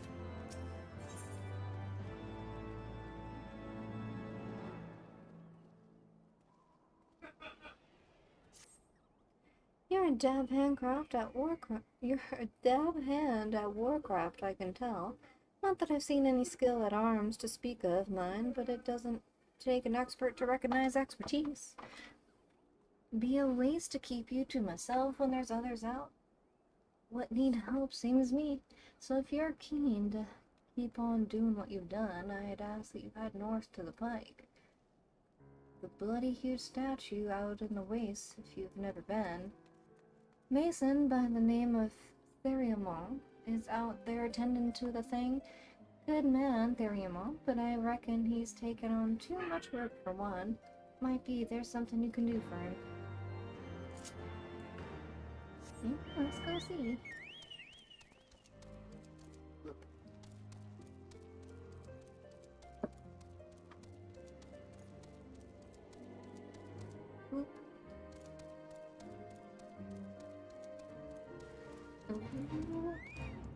Ooh. Nope.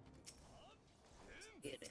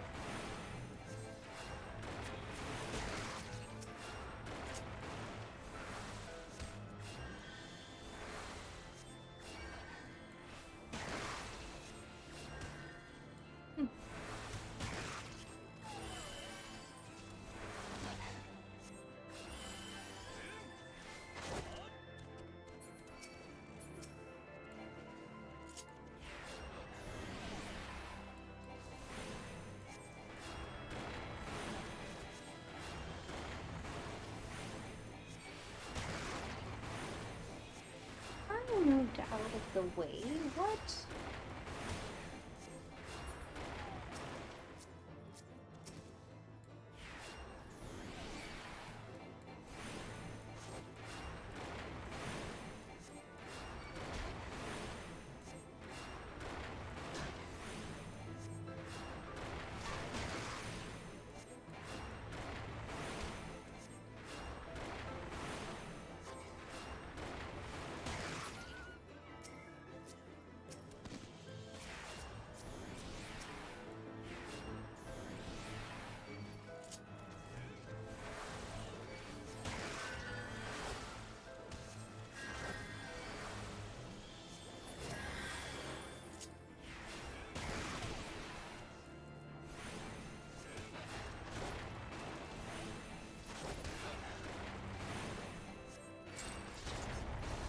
Aw.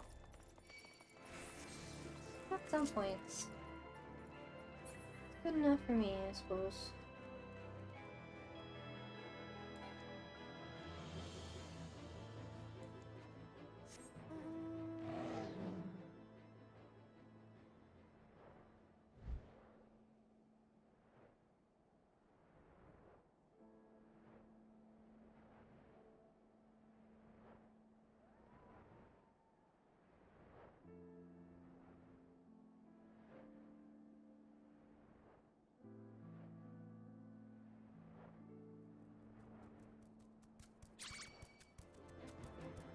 Go away from me.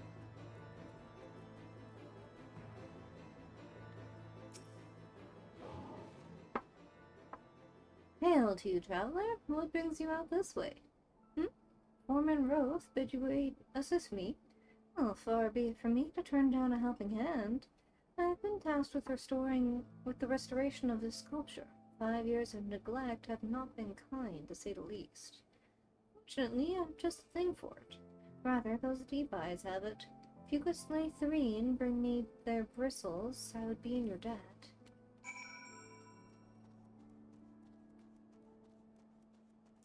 you.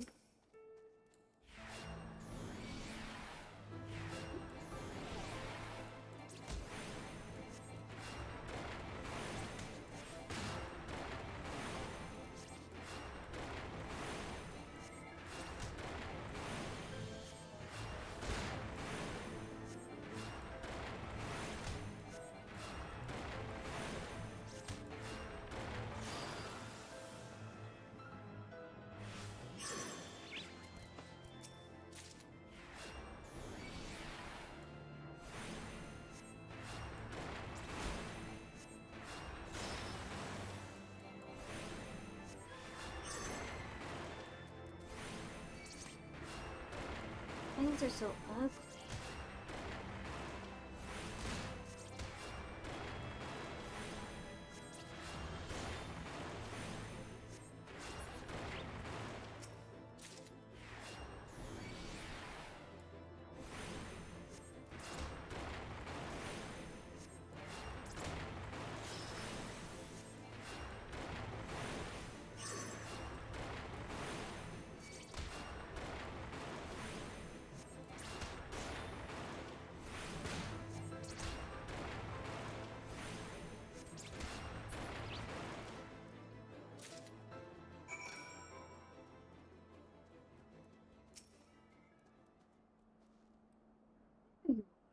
You the bristles.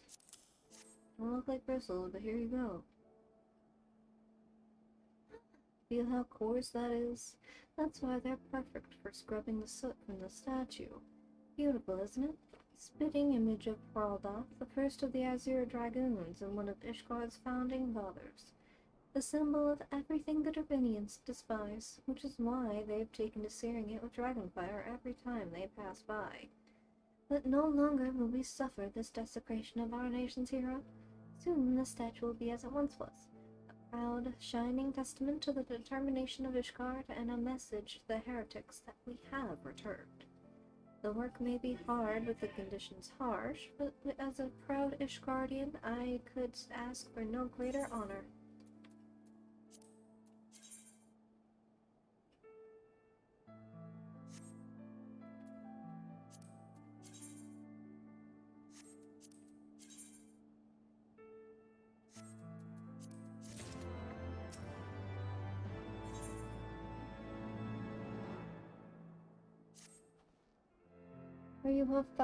Are you for a falcon's nest? If so, I have a favor to ask.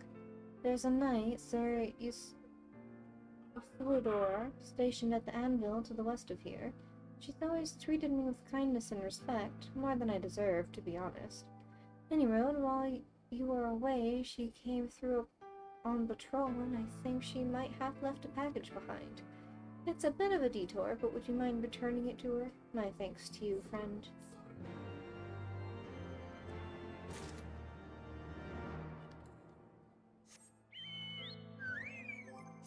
Actually, let's see.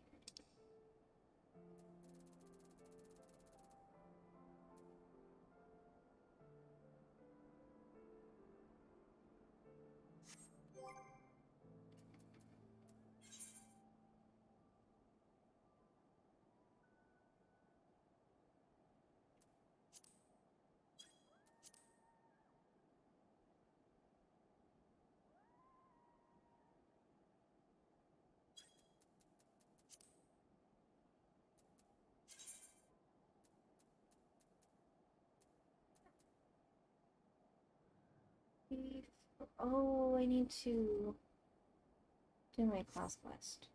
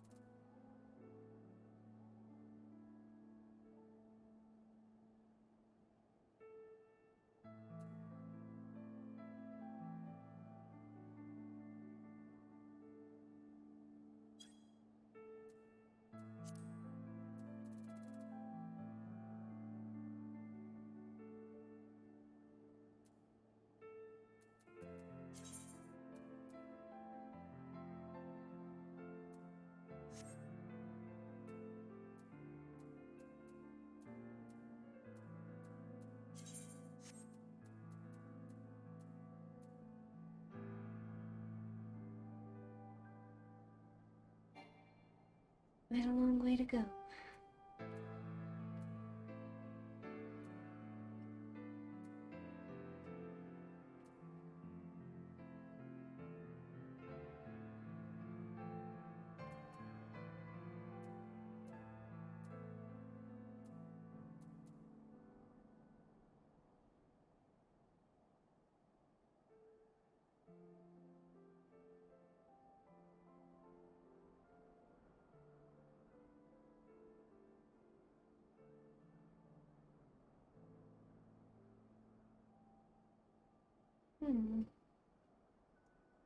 So that would be worth switching over.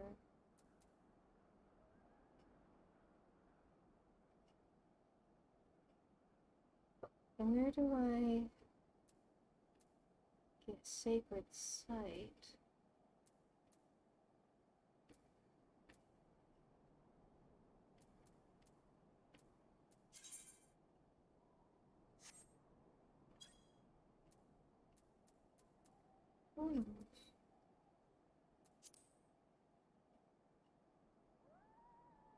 I was looking for something else.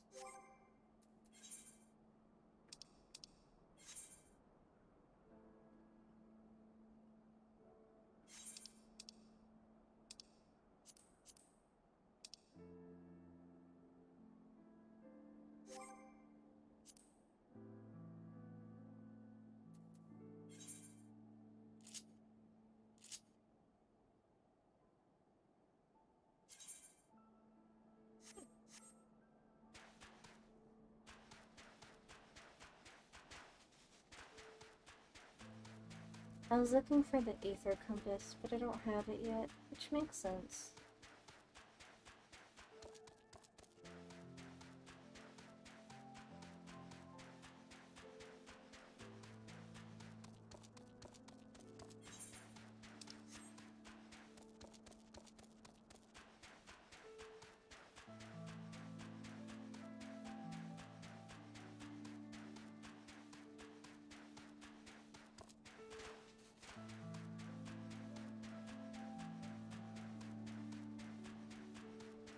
Oh.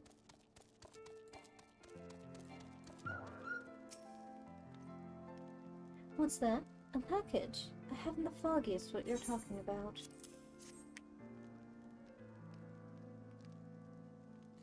Confounded, that fool of a... What a waste. It was a gift to adventurer. Theriamont labors day and night without regard for his own well-being. At the very least, he ought to try and eat better. Why not simply give it to him? By the Fury, have you no sense of decorum? A highborn knight cannot be seen favoring a loyal-born mason in such a manner. Nevertheless, I appreciate your concern, as well as your willingness to assist Theriamont. May your journey back to Falcon's Nest be safe and swift. Pray give my regards to Sir Redwald. Oh, she likes him.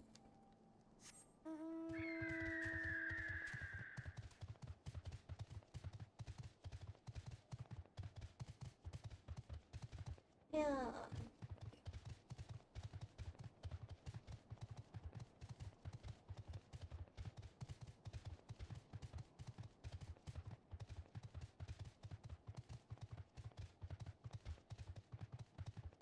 Imagine climbing on one of these snow mounds and then it just erupts into a giant goboo or something.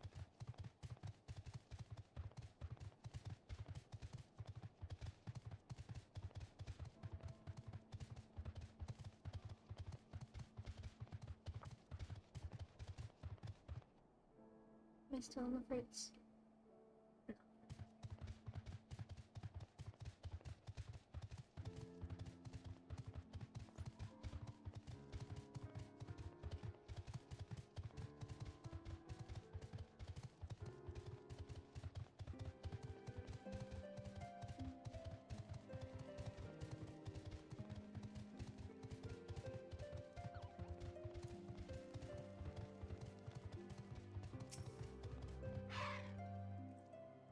I must applaud your initiative, Mr. Shikami. Wealth tells me you have been quite busy. Alas, we have not the time to thank you properly. I have a task to which I would commit all able-bodied women, men and women, you and Lord Artorial included.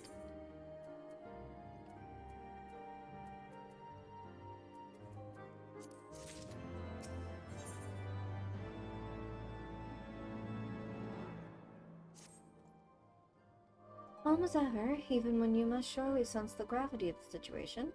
A veteran through and through, just as Lord Drillamon said. Good. We have lost contact with the reconnaissance party sent north to River's Meet in search of the heretics' hideaway. Whether they were attacked or met with some other misfortune, we know not. But regardless of the cause, we must act quickly, for this is a harsh, unforgiving land which can claim, and has claimed, the lives of many men. To ensure we find our missing knights as quickly as possible, I have assigned each party a different area to search. You and Lord Artorial will be working together. Seek him out when you are ready to depart, and good luck. Alrighty. It seems we have been assigned to an area near Camp Riversmeet, Mr. Shikami. Least you are unaware, the camp was one of many of our knights. Of many our knights were forced to abandon when we withdrew from Korthos' western highlands, one of many sacrifices made in the wake of the calamity. It would not surprise me if our knights took shelter there. There is but one way to find out, though. Let us be off.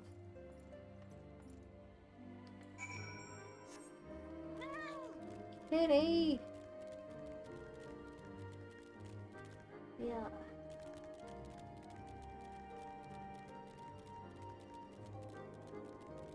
Yeah.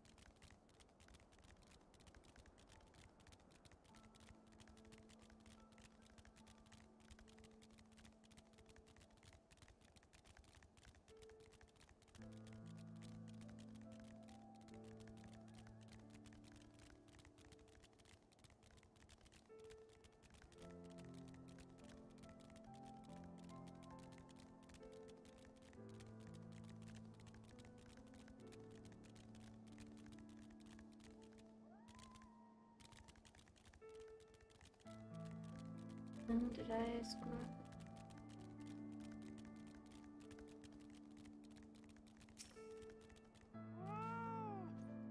There, below us. Camp Riversmeet, or what remains of it.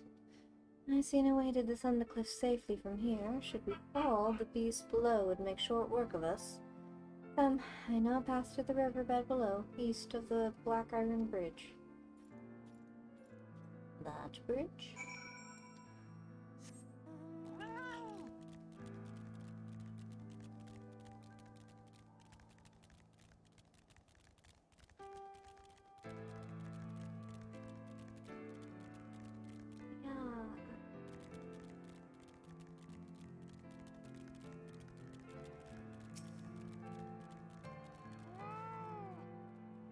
If the reconnaissance party came this way, I see no signs of it. Still, it is possible that recent storms have obscured their trail, or that they took an alternate route to Camp River's meet. Until we investigate the camp itself, we cannot be certain. Let us press on.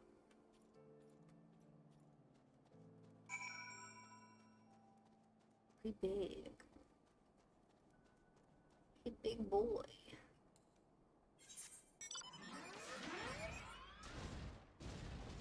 You'll see nothing.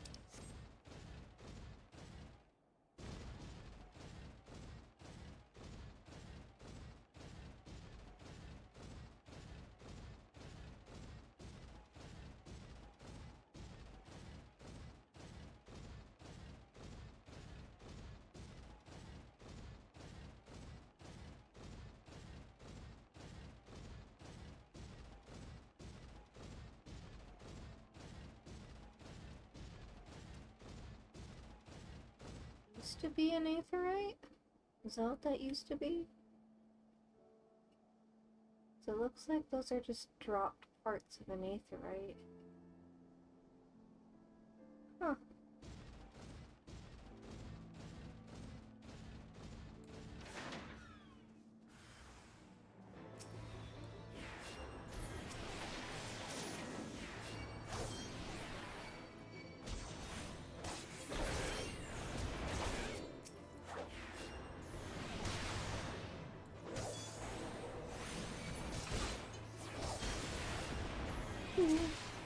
I'm getting my butt kicked.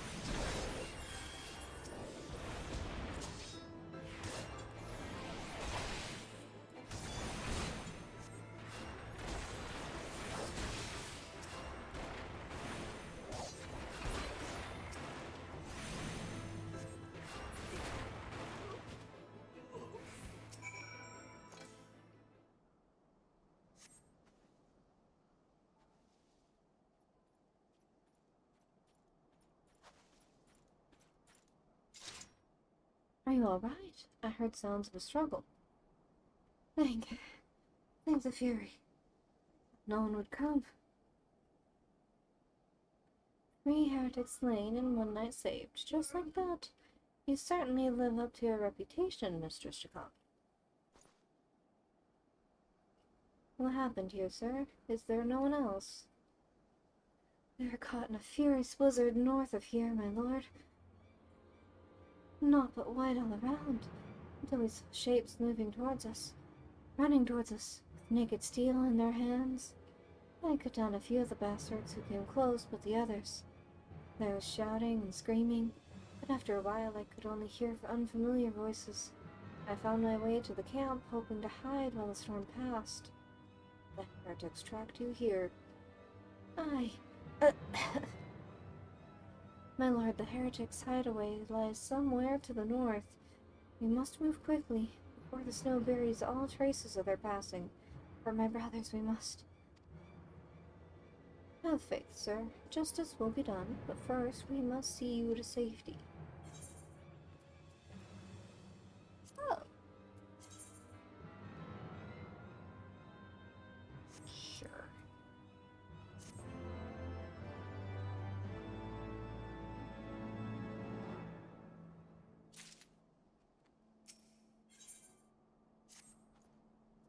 He has the right of it, Mr. Shikami. Whatever remains of the heretic's trail will be gone with the next snowfall.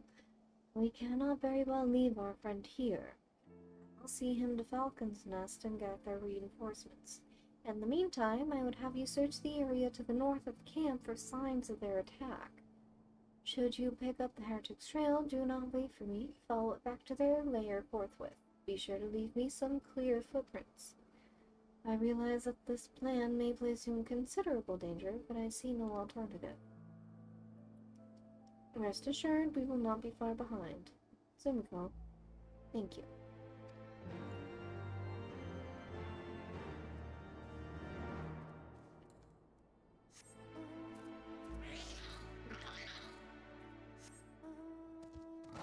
Use. It's so cold. The banner was frozen at an angle. Huh. Me down. This one too? Yes, but in the opposite angle. Who knew?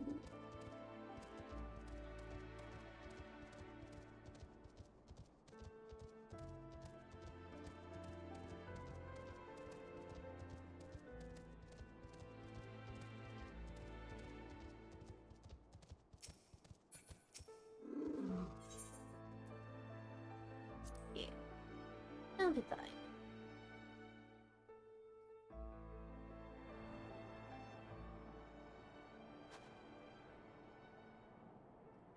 Tracks continue to the north.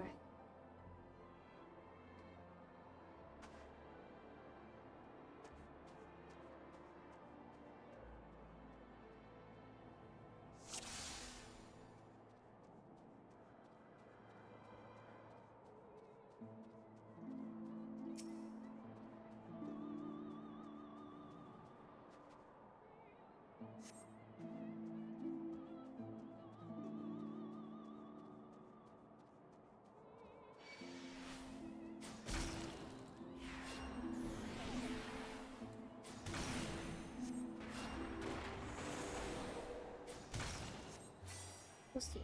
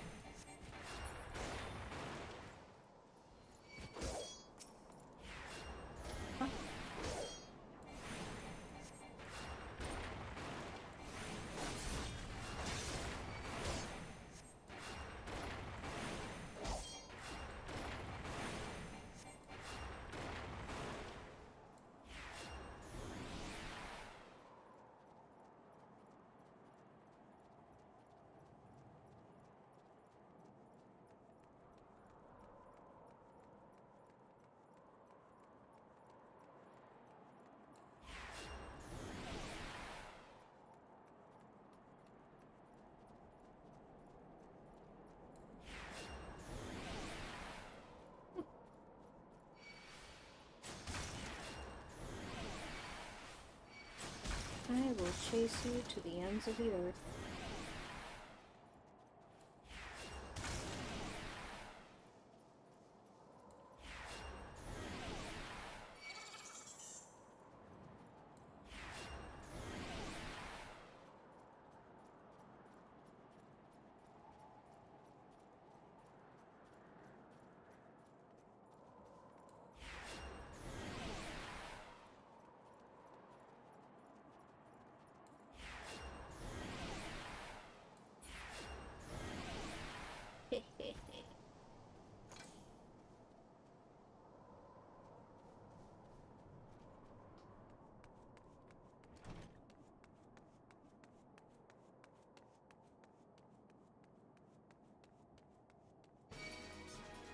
Oh, hello.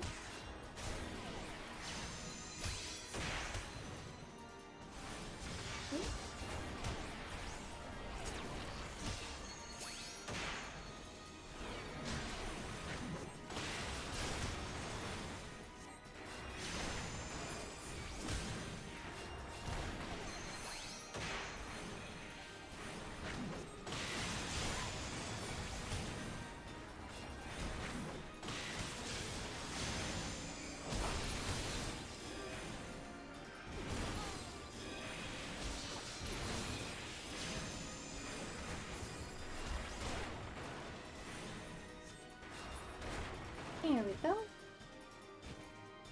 No wounds.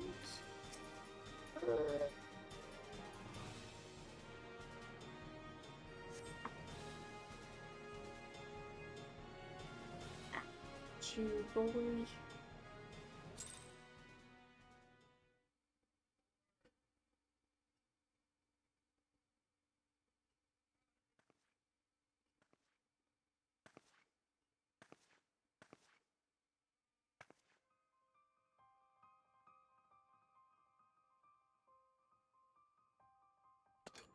Jeez. Looking for me, I presume. Maybe.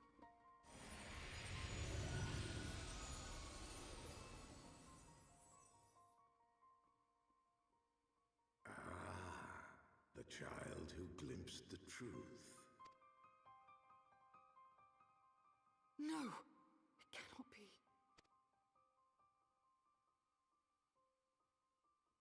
She cameth unto me, as didst thou, alike in gifts, yet set upon different paths.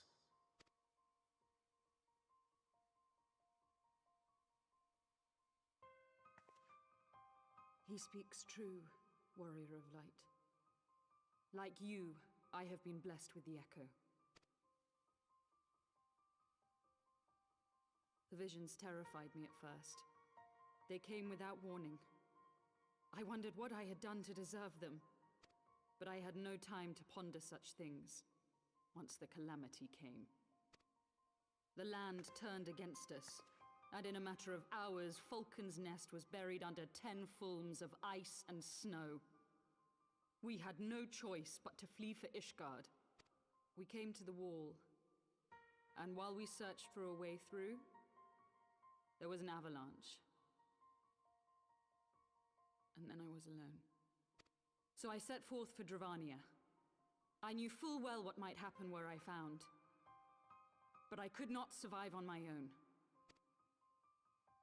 I was found, of course. And not by a mere dragon, but by the great worm Hraesvelgr. And it was then that I knew why I had been given this gift. For with it I heard his voice, and saw the truth through his eyes.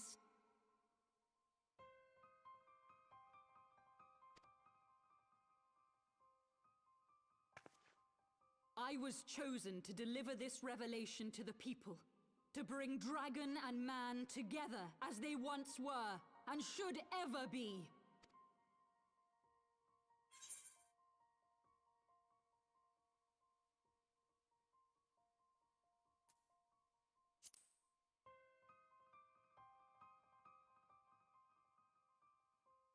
It wasn't supposed to be like that. You have to believe me. It was beyond my control.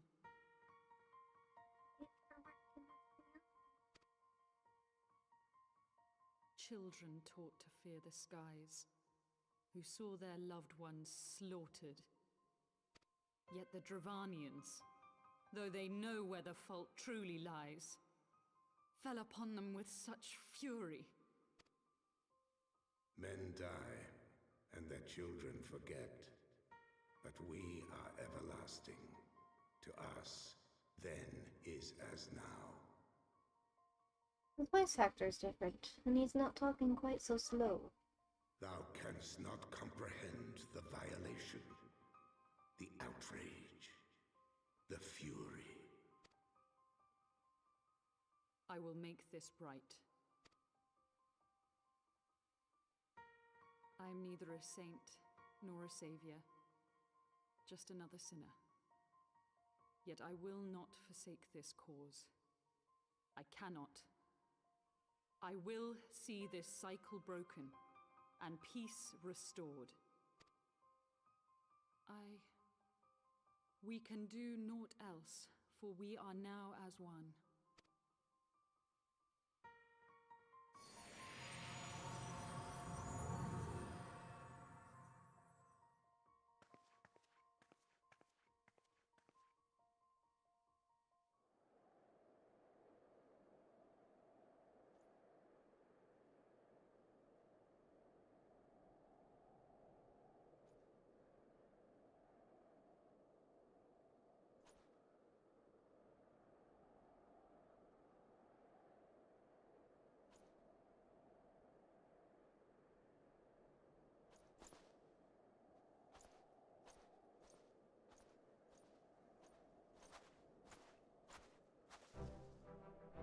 Mr. Scotty! Praise Helone, you are alive. We came as swiftly as we could, but I see we are too late.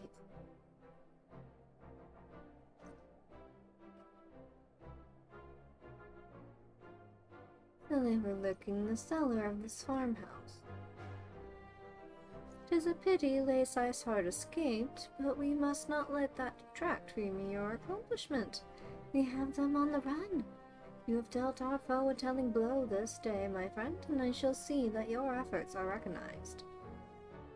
Thank you.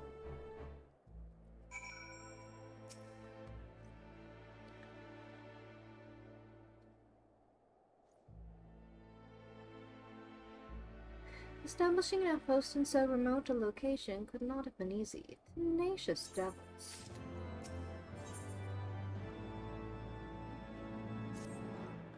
The knights have matters here well in hand. Let us return to Falcon's Nest and share our discoveries of Sir Redwald.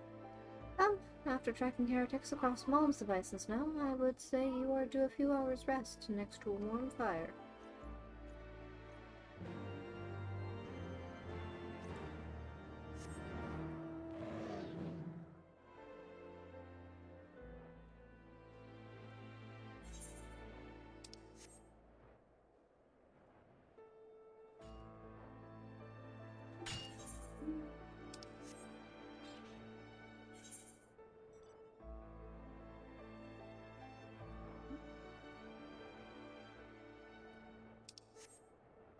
What are you?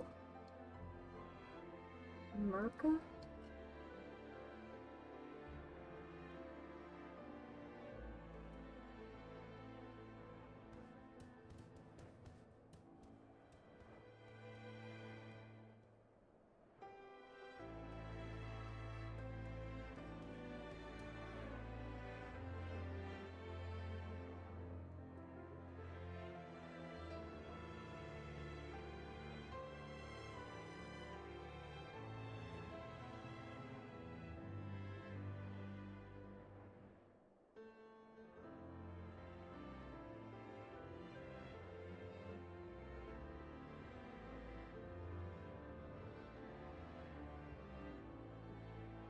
Back.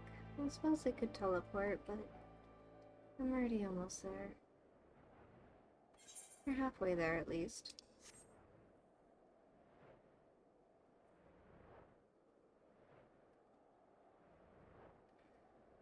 And I've come this far, I may as well just go the rest of the way.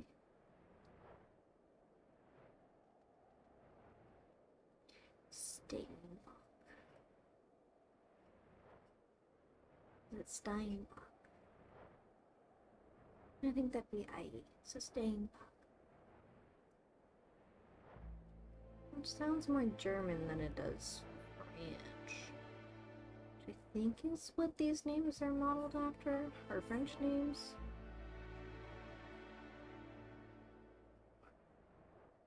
I could be wrong.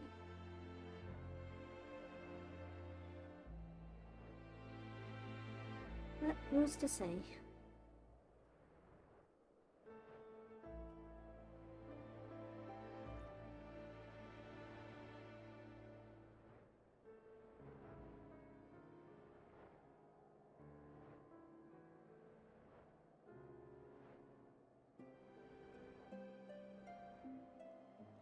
Dark Pup.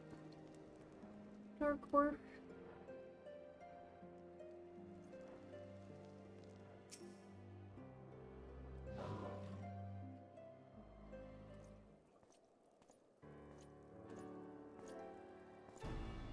Lord Artorial, Mr. Shikami, how glad am I to see you both hale and healthy. What news? Well, I went across the way and I got some dicks, and then there was Lady Iceheart.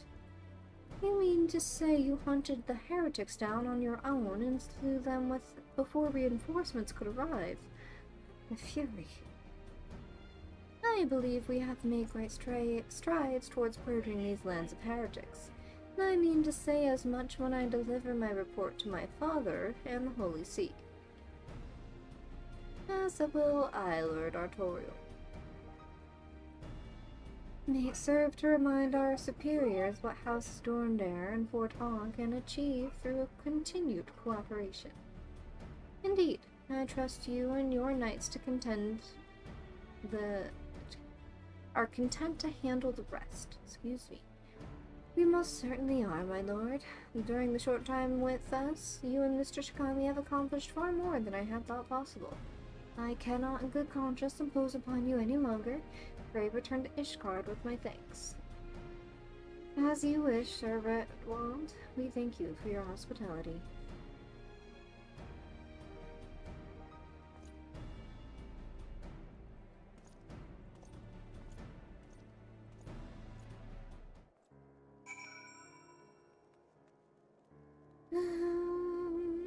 Back I go. Let's go.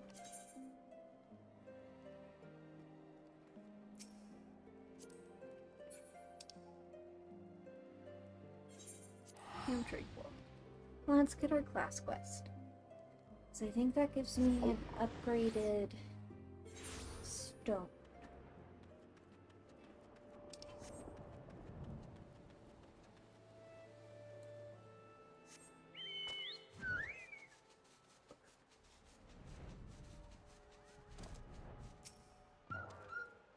Oh, nice.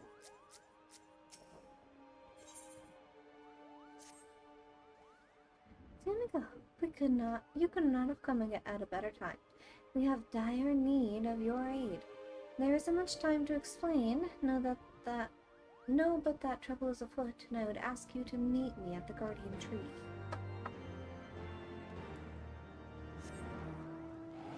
Guardian Tree it is. It is here, isn't it? No.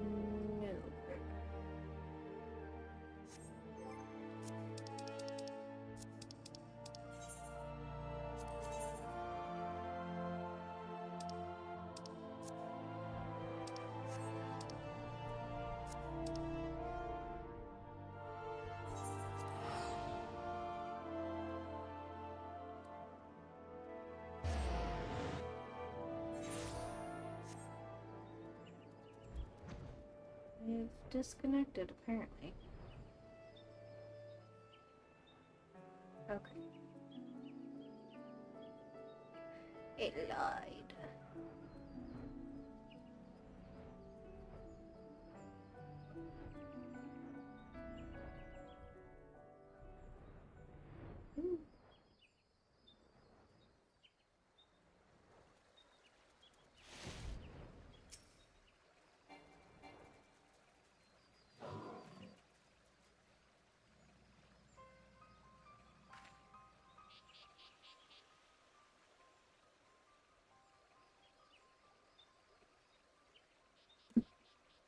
Oh, there's the Great One.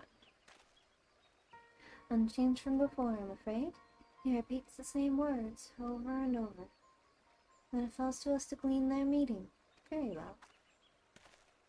Simco, you will recall the time we performed the quieting and quelled the Great One's rage.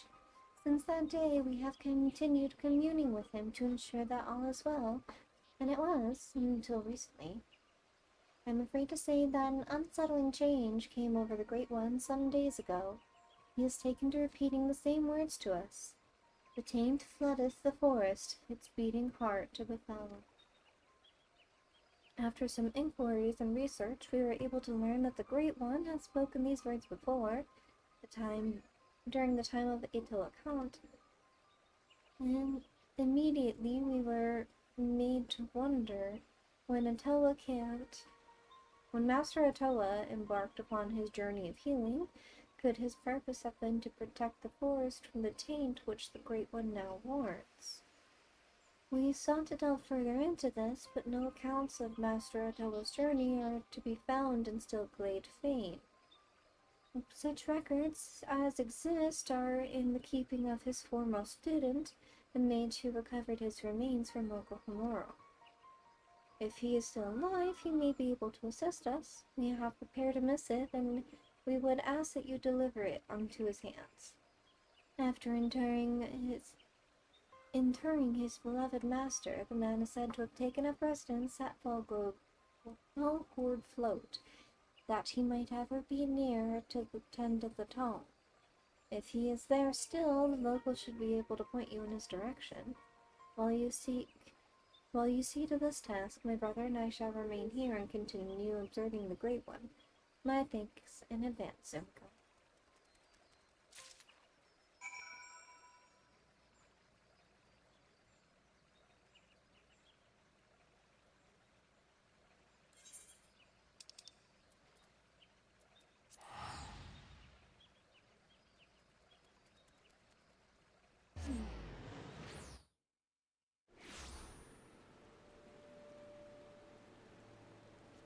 I will be right back. I need just a moment. Let's see.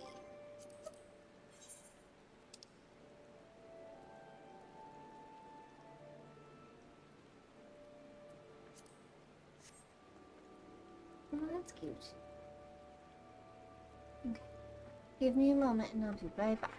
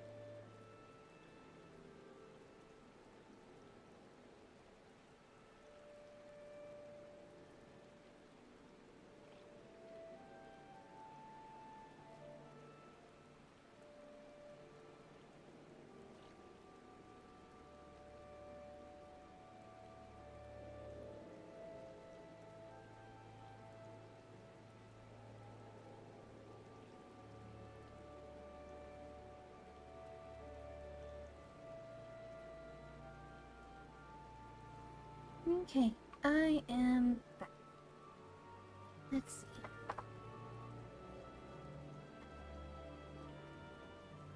We have some people to talk to. You seek Master Atela's former student. I am afraid he has departed for the realm yonder. His granddaughter now tends the tome at Proud Creek in his stead. If truth be told, I am worried about her. The area is thick with fiends, and even experienced wood whalers avoid venturing there unaccompanied. Well, that's not good.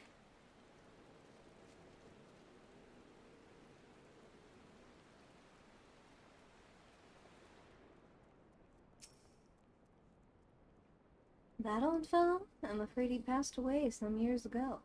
I remember him well, though. He took care of his master's tomb to the very end. His granddaughter, Shiva.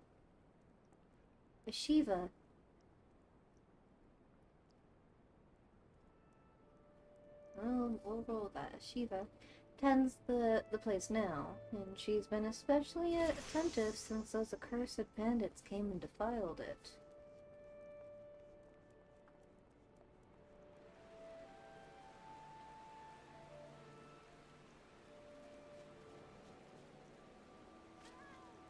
Skiva. SCH is shoe.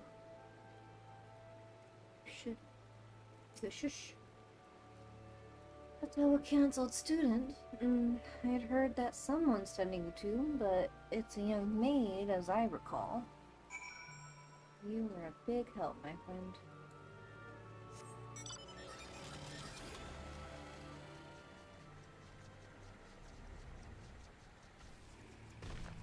Ooh.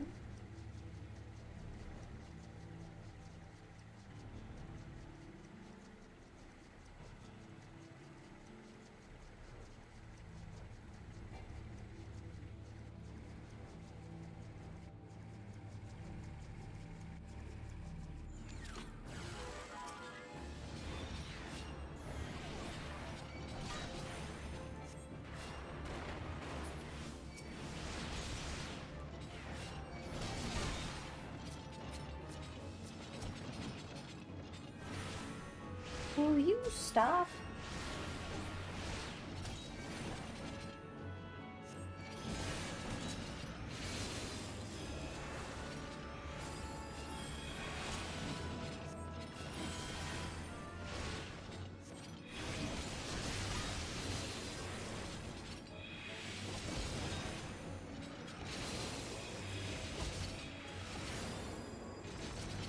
Thank you. Thank you so much. So focused was I on tending the tomb, I failed to notice the fiends approaching me. What? You're searching for the granddaughter of Master Otowa's former student? Then you need search no more. I am Eschiva. Skiva.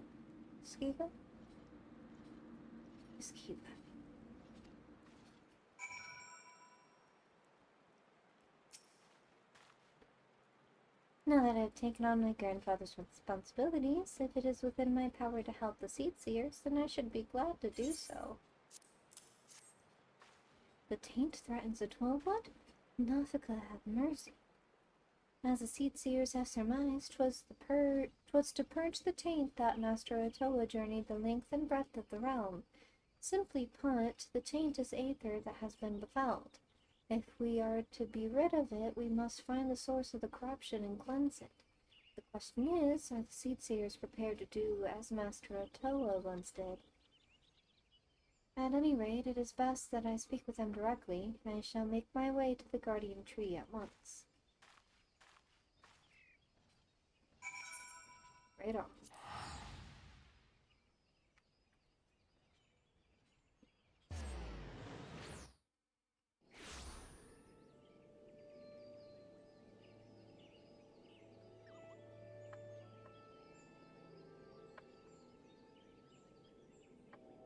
Leaving.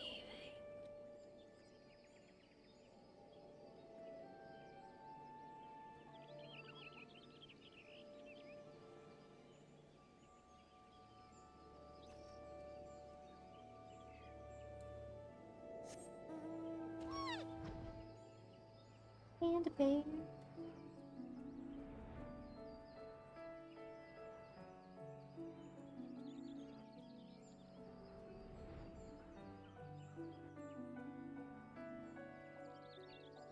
Oh, that's...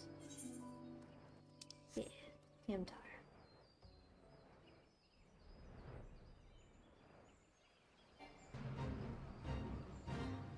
Why?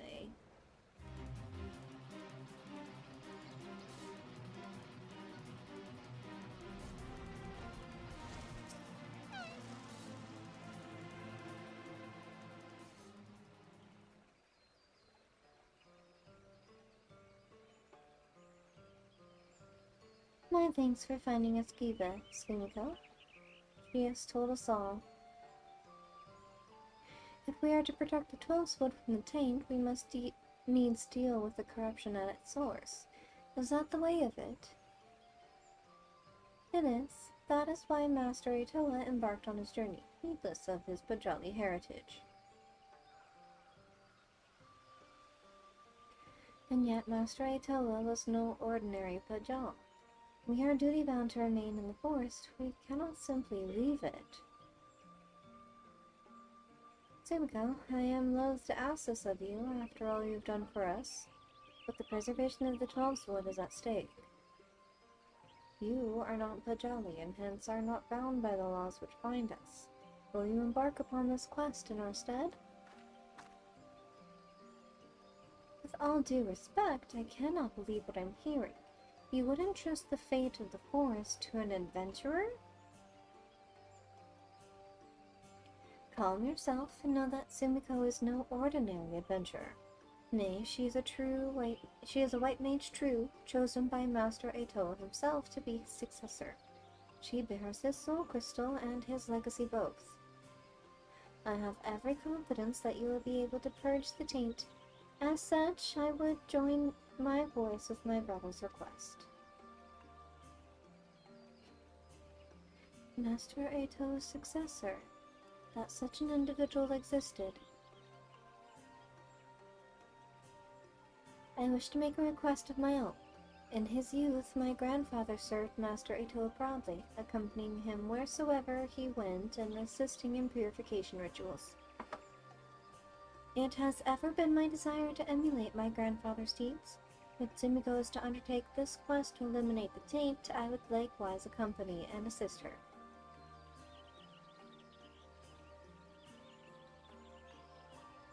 The journey will be fraught with peril. Are you willing to risk life and limb solely on the sake of emulating your grandfather?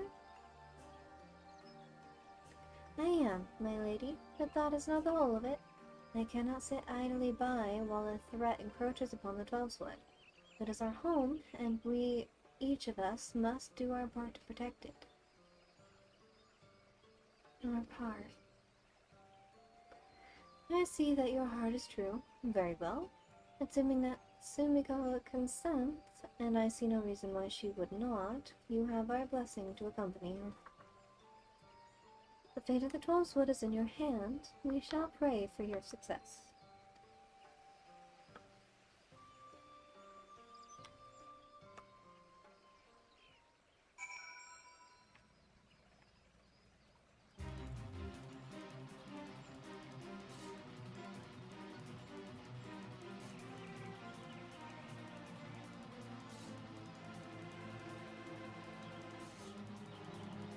Had a quick piece, son. It was yummy. We will need to make plans for the journey. Please come and see me at Fallgourd Float.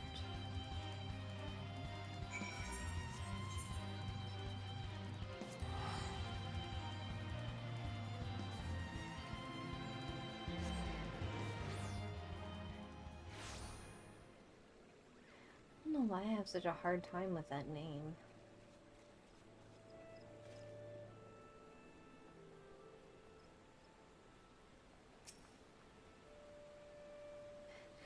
And they call themselves Majals. You wonder at my irritation, I shouldn't doubt. I suppose I ought to explain. You see, I was brought up on the tales of Master Itoa's journeys, the sufferings he endured for the sake of the 12 wood. Young though I was deeply touched by his courage and sacrifice, and to this day his deeds remain close to my heart. That is why it irks me that the seed seers will not lift a finger to help the forest. But thankfully, we have you. As Master Itoa's chosen, You are far more dependable than any Pajal alive. Now then, let us speak of our journey. Grandfather left his records of Master Atoa's journeys in my keeping. I shall scour them for clues as to where we must go. While I do this, pray attend to your own preparations. I shall be here when you are ready to strike out. 52. Okay. So is it every 2 levels? Then I should have 3 more quests. Yeah. Ooh.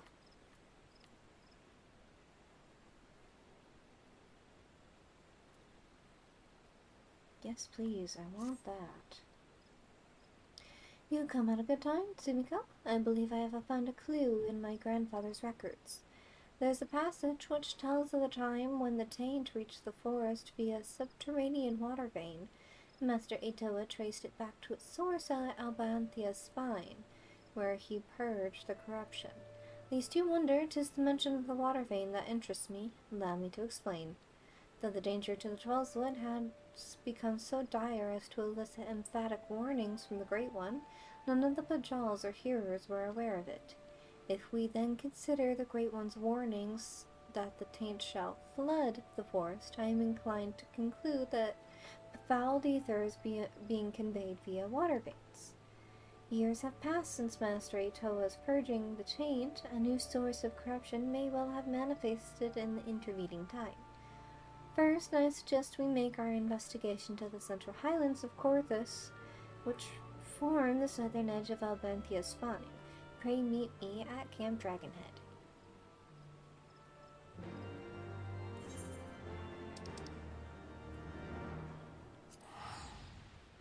Away we go.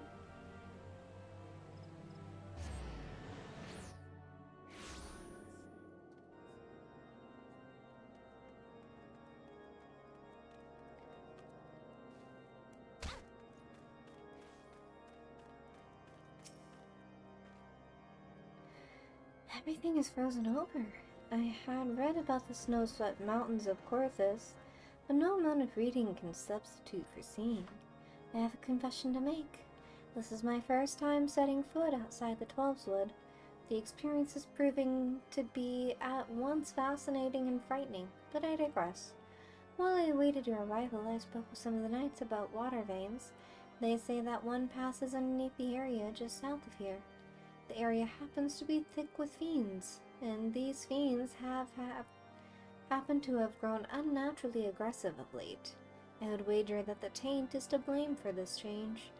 A short while ago, a band of knights departed for the area in question on a mission to cull the unruly creatures. Shall we go and join them?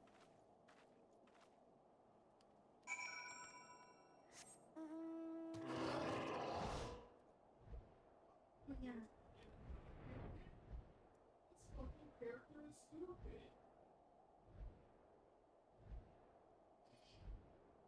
Cute. My suspicions were correct. The taint has driven the fiends into a frenzy. Let us save the knights and see to the cleansing. Okay.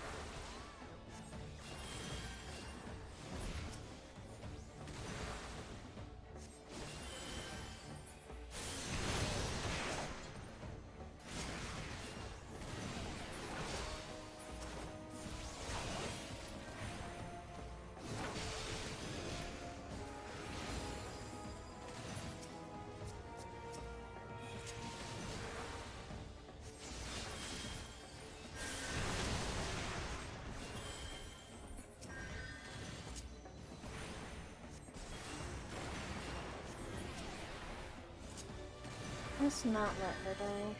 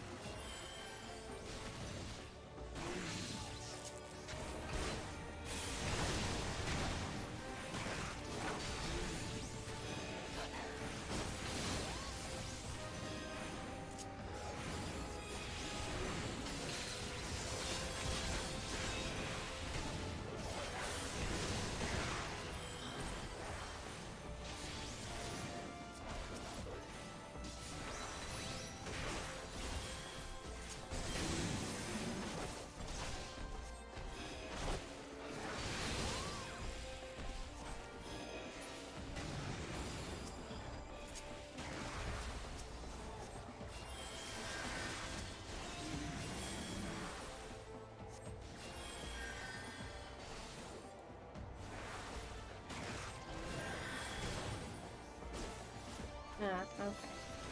That doesn't work for them.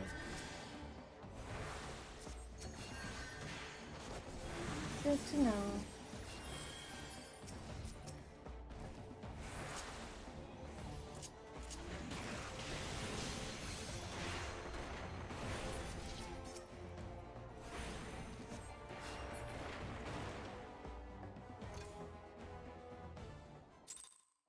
Yay!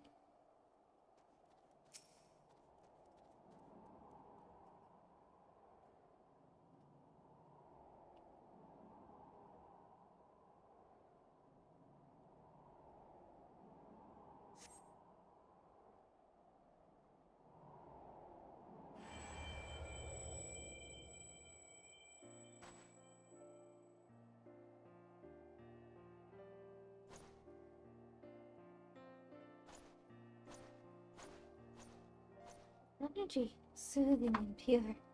Tis precisely as my grandfather wrote. And your soul crystal, I believe it has taken on a new radiance. In all likelihood, the spirit of Master Attila within has bestowed upon you a greater power. I wonder, could it be that the act of purifying serves to empower the White Mage? If this is true, it makes the Pajal's refusal to leave the forest even more incomprehensible. How long will they allow their laws to dictate their actions to the detriment of reason? At any rate, there is not more to do here. Let us return to Camp Dragonhead.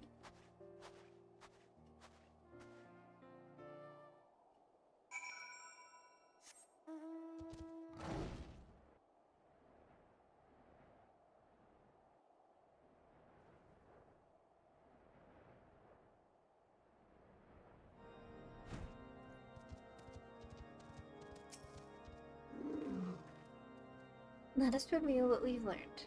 As we had suspected, the taint is being born along subterranean water veins. According to my grandfather's records, the headwater of the vein we just visited is situated further to the west. Unfortunately, it lies beyond the holy see of Ishgard. As foreigners, we will require special permission to pass through the city. I shall contact Stillglade Fane and request to have the Elder Seedseer issue us with the necessary papers. Of course, we're one of the Seedseers here. We would not have to go through all this hassle. I shall lay the land in order to ascertain our next destination. Meanwhile, I suggest you take the time to accustom yourself to your newfound power.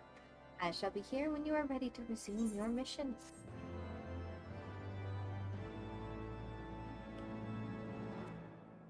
Yay. Oh. Okay.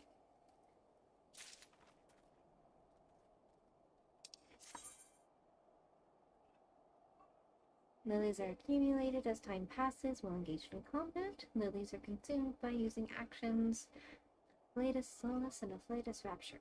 Fired at level 76. Oh boy.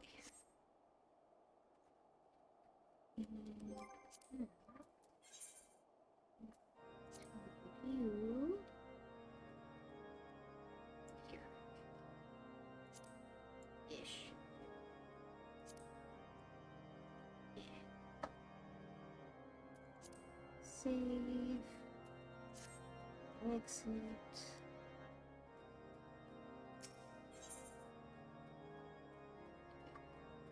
Ooh.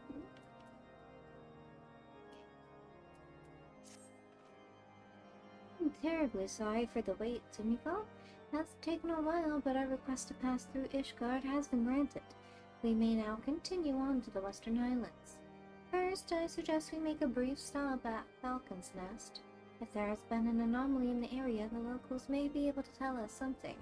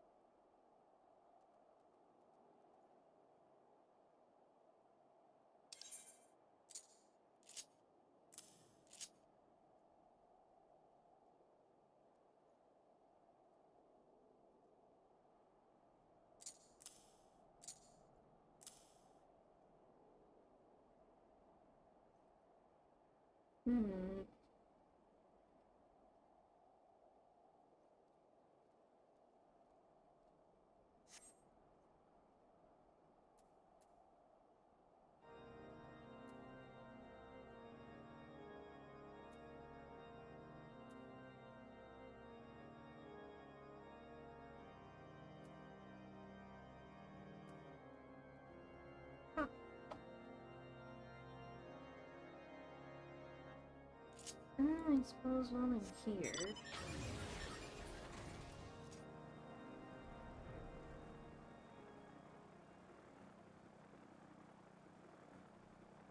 The girl with the dragon tissue.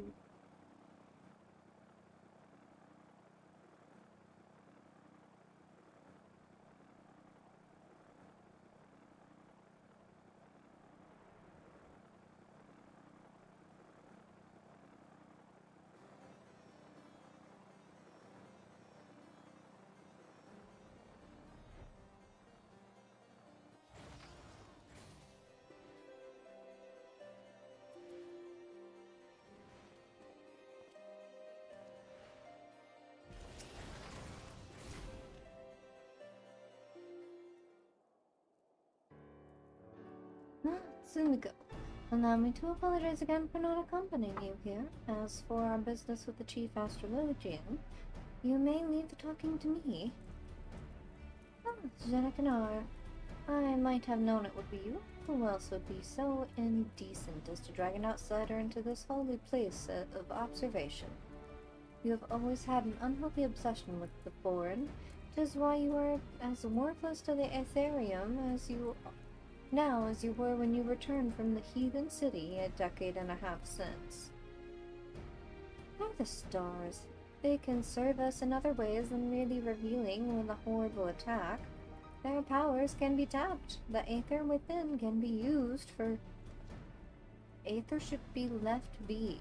Has history taught you naught about the folly of Nimians, the Empedori, the Maki?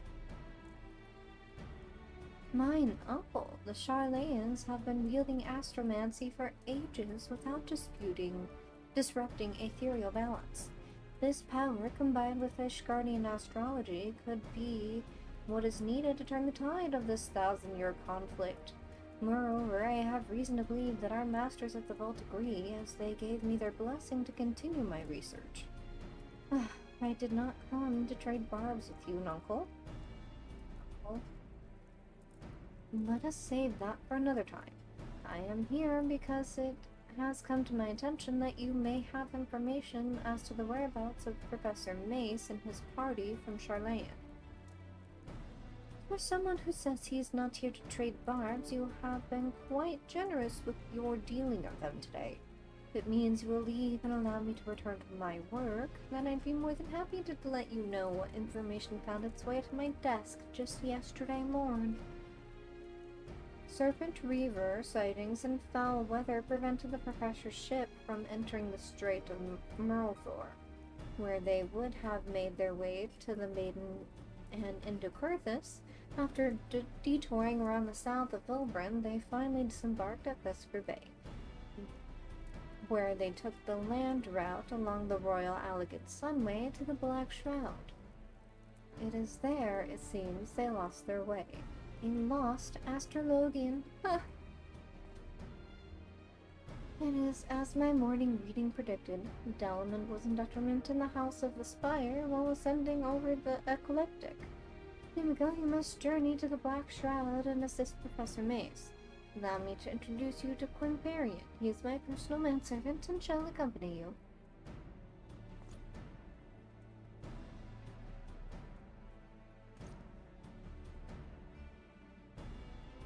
He is not one for conversation, but his sword arm is amongst the best in all the pillars. He should see you safe in any danger were to befall you, and something tells me danger lurks on the horizon.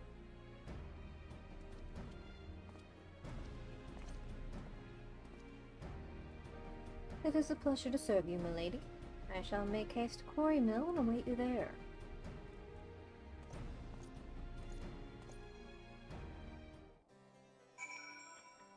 Okie dokie.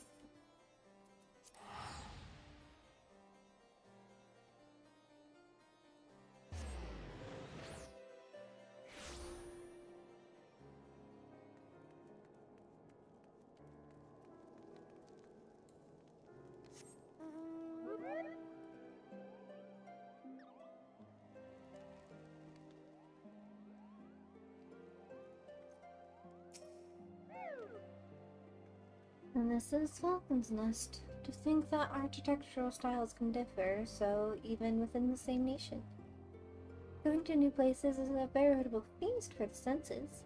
Such wonders grandfather must have beheld on his journeys with Master Aytola. Ah, such musings can wait. We have tasks to do. Let us begin by speaking with the people here. Once you have finished, pray come and meet me at the hamlet's northern entrance.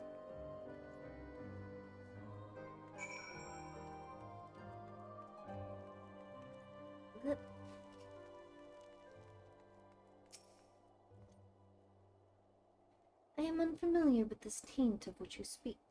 We do consider dragons unclean, however. Speaking of the beasts, lately there have been reports of a strange woman skulking about their remains. We are on the lookout for her, at least she proved to be a heretic.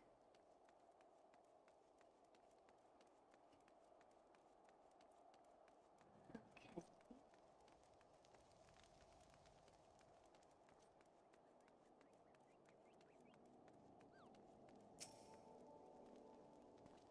Taint? Never heard of it.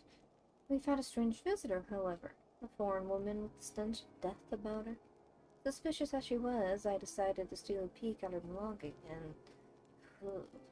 forgive me, but the mere recollection of it is like to bring up my lunch. Anyway, after that, some few of us confronted her and demanded to know her purpose, but she refused to say a word.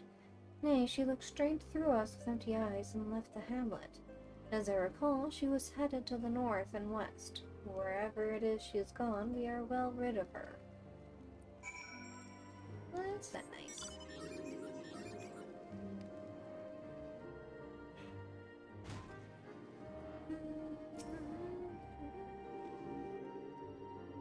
The rumors of this strange woman are on everyone's lips. This is likely but a coincidence, but it appears we are headed in the same direction as her. There are water sources in the northwestern corner of the region, frozen lakes to be precise, and I would like to take our investigation there. I mislike the sound of this woman, and I'd sooner not cross paths with her, but we have a mission to fulfill. Let us keep moving.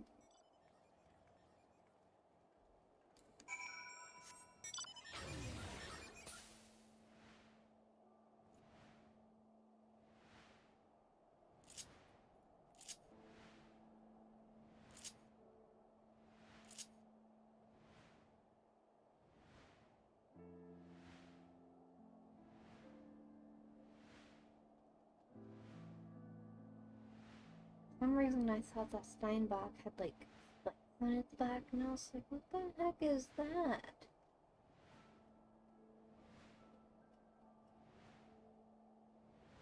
Don't look at me.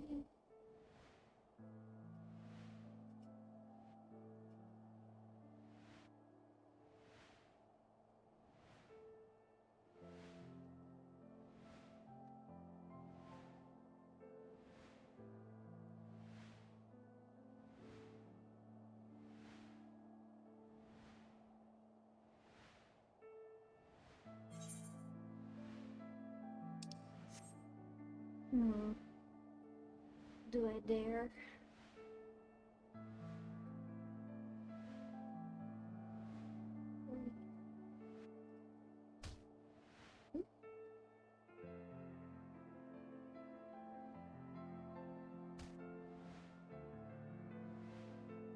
Yeah, see? Easy peasy.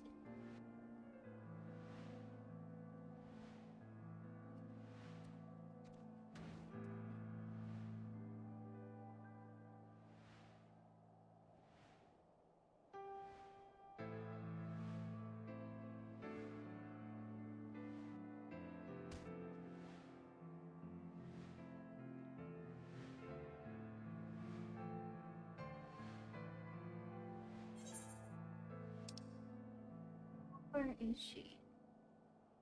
Oh my goodness, she's all the way up there. Okay. On the road again.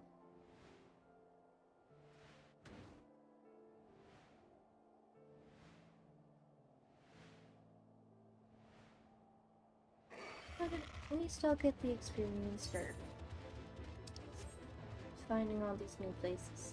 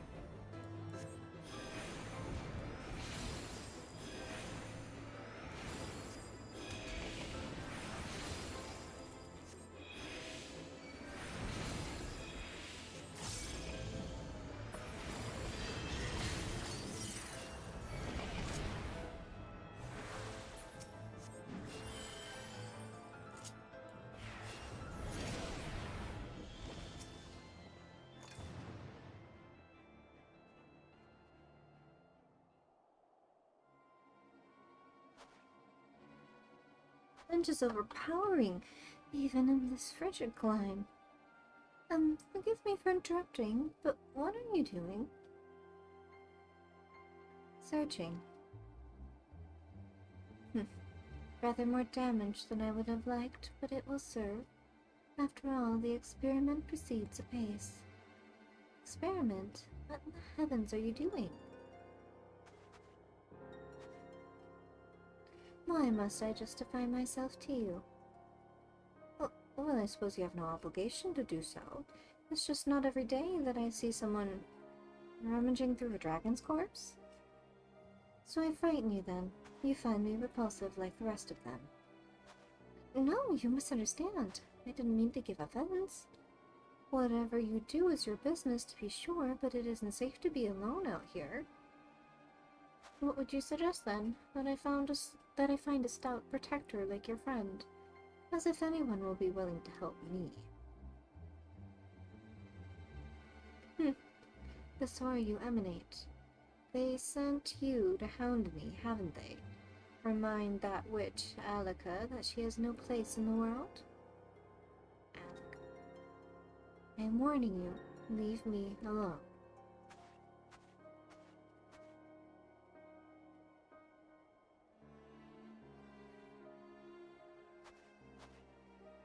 Well, that was certainly queer. I know not what compelled me to speak with that woman. Alika, I believe she called herself. But I must confess to being morbidly curious about her experiment. But I mustn't let myself be distracted. We have work to do. Unless I am mistaken, the taint is manifested in this area. Let us split up and search for it.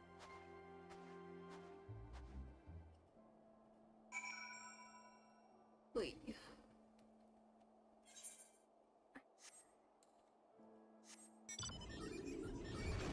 No.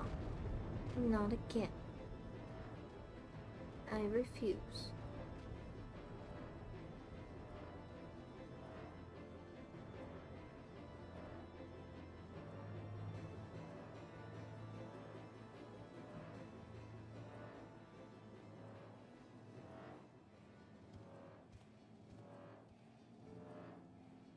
Well.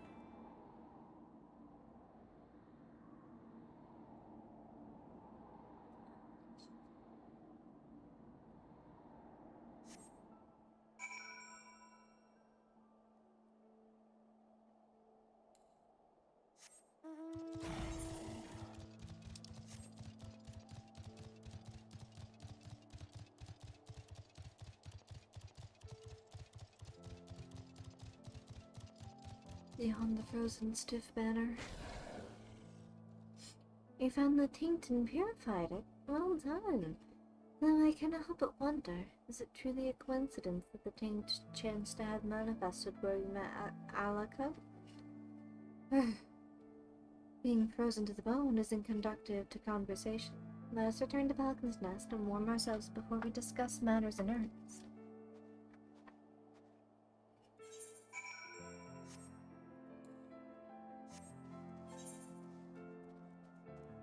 A little bit further this way.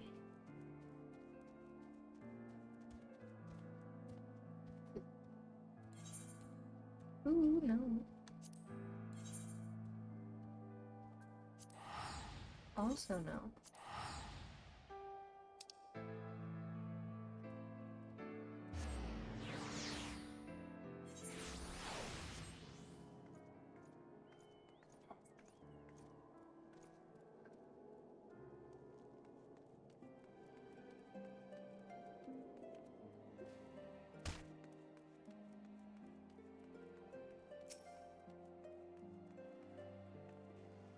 With our most recent effort, I sense that your powers continue to grow. Suffice it to say, this is a boon to our cause.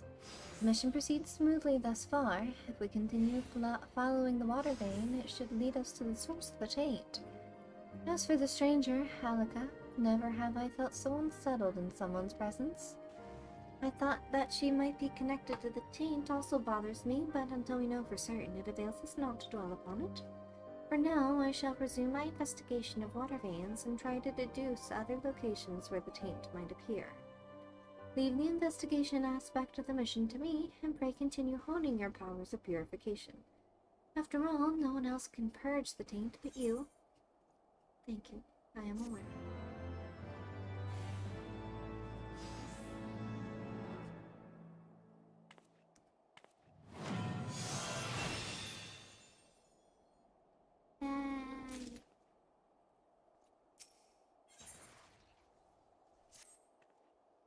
Terrible news, Sumiko. The manifestation of the taint you purged here has reappeared. The fiends nearby were driven into a frenzy all over again, and they reportedly attacked a knight on patrol. Though the man managed to flee to the convictory, his wounds are grievous, and to compound matters, the camp's Kyurgen are olive healed and cannot readily return. Yours only chance, Sumiko. You must go to the convictory and save him.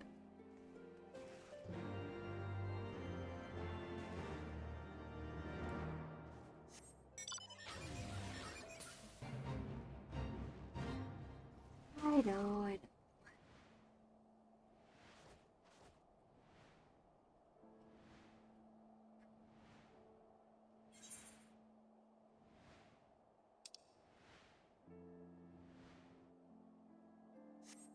All the way over there, huh?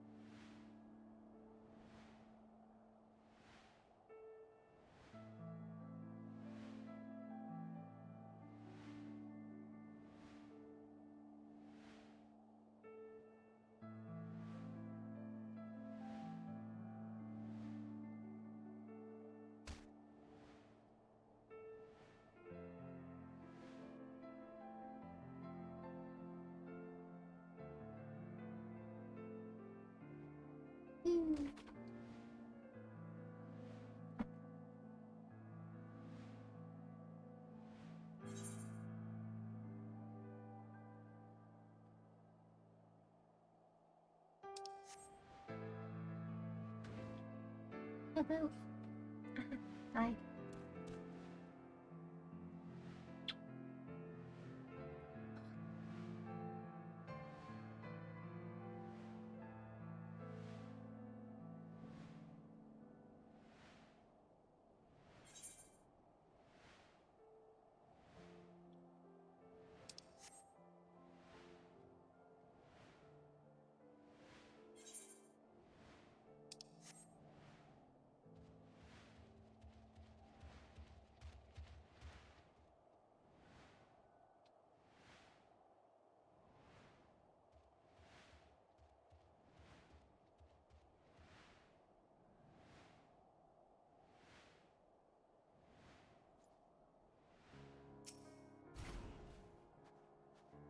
He's in a bad way. Please hurry and tend to his wounds. Why would they leave him out here in the snow versus taking him inside somewhere, anywhere? Or even just out of the weathers a little bit, you know? I can't die. What will become of my family? No. Here too specifically. The pain fades. I owe you a debt of gratitude. Thanks to you, the danger is past. However, he will require constant care for a time. I shall remain on hand to help provide it. Meanwhile, you must go and purify the taint that was reappeared west of Banepool. Only you have the power to do so, Tsumiko. Please hurry before it can cause any more harm. Right on. Pretty much just, yeah, just farm.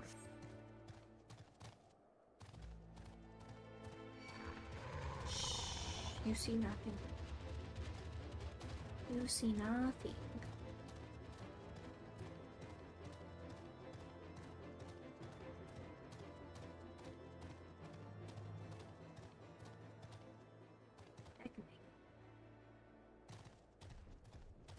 See, I made it.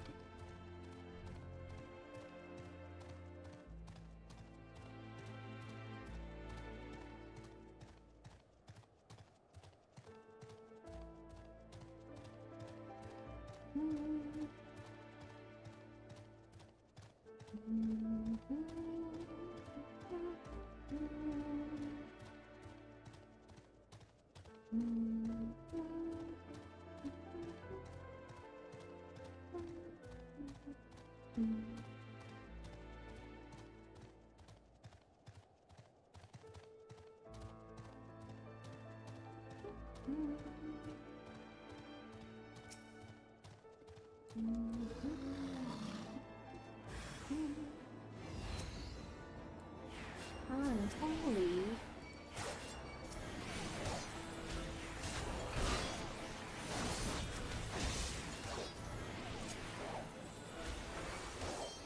Excuse you?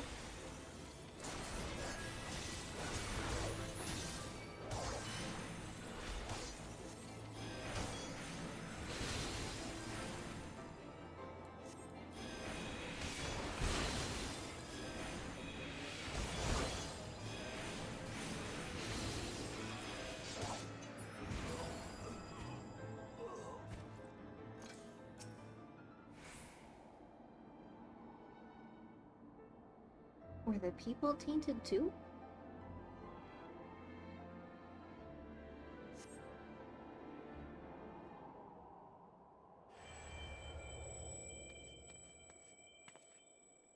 I'm pleased to say that the knight will make a full recovery. Had you not come to his aid, his comrades believed he would have died. I see you have purified the taint. Good work, Timiko. I must say, though, that its reappearance baffles me. It should have taken far longer for befouled ether to accumulate. I am disinclined to believe that this came about by itself. Nay, I sense that someone had a hand in this. I spoke with the knight after he had sufficiently recovered. Shortly before he was attacked, he caught sight of a forlorn woman who reeks of death. Alika. Wherever she appears, so too does the taint. I wasn't certain before, but now I'm convinced that it is no mere coincidence. Could it be that she is creating the taint? If so, to what end? Why would she do such a thing? I know not her designs, but her actions cannot be borne. Should the taint continue to manifest, both Korthus and the Heavensward would suffer unimaginable damage. Stokely Fane must know of this threat. I shall send word to them. Though I shan't raise my hopes that the seeds here will bestir themselves, best to assume that we are on our own. Now then, our priority now is to track down Alika. The knight said that she was headed west to the Dravinian forelands. Let us take our search to the main settlement there. Galefeather, I believe it's called.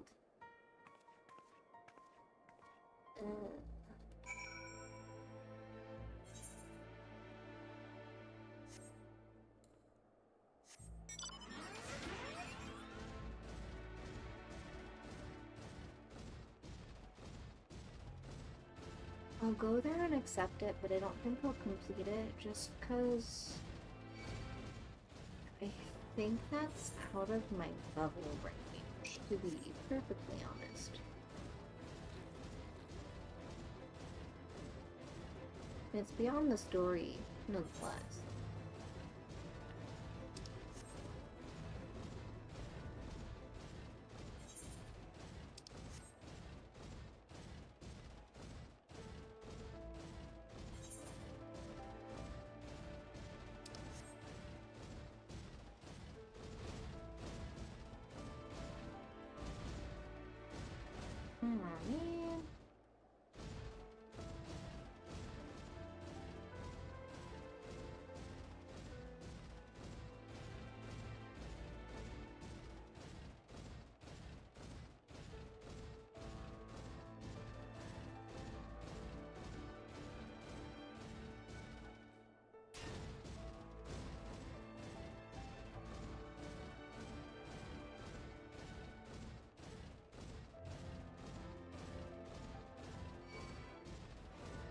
Go away!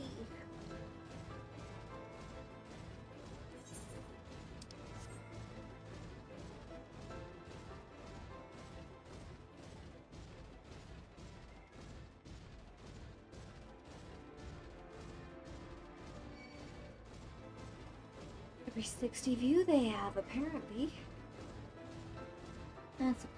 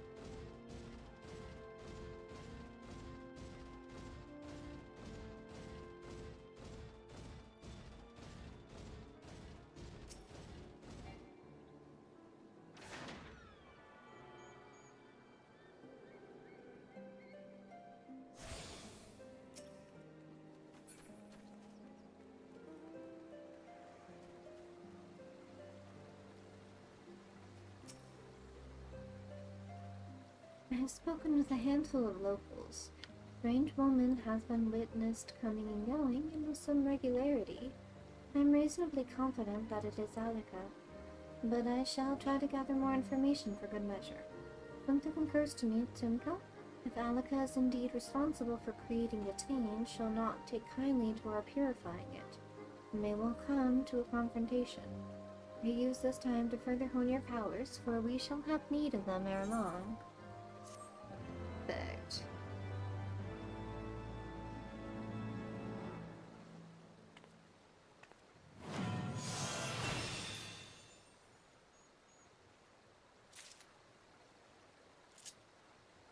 Excellent. Everything is falling into place.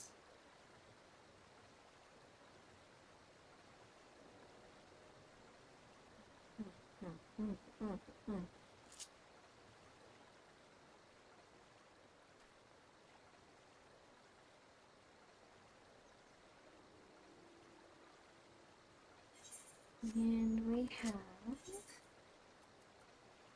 that here, so what we're gonna go do is head back to the foundation.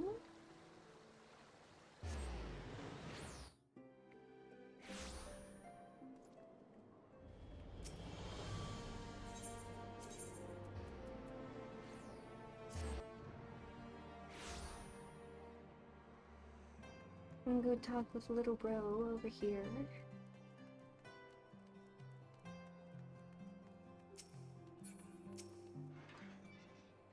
Are you ready to depart, madam? The airship bound for Camp Cloud Top will be leaving shortly.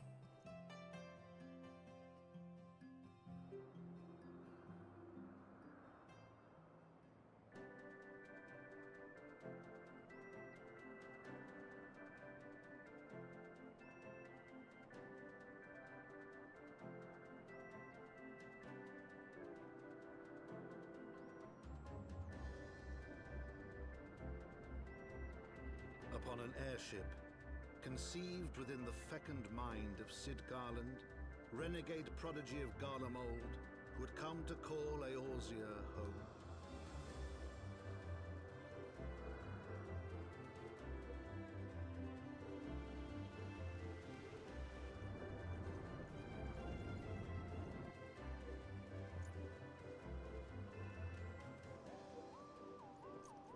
High into the heavens, where isles of earth and stone floated as clouds.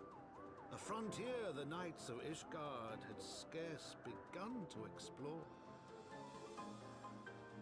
To a fledgling outpost, within the sea of clouds, where careworn scouts ever scanned the skies for winged shadows, she came.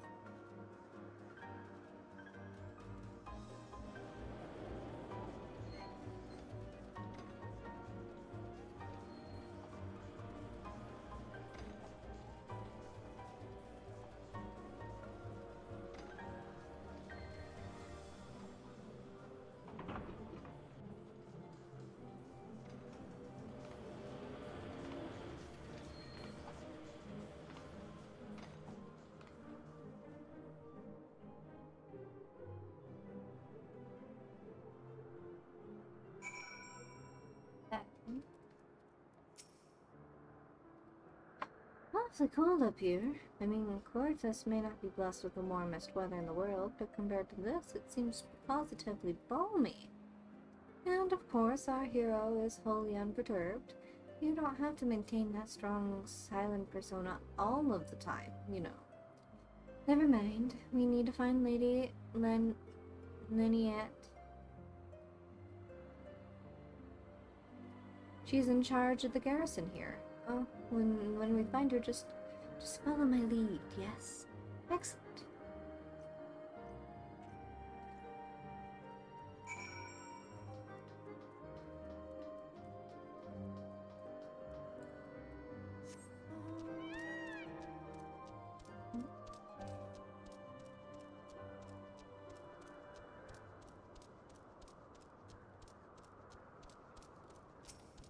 Will we talk to anybody? By touching the crystal. Always touch the crystal.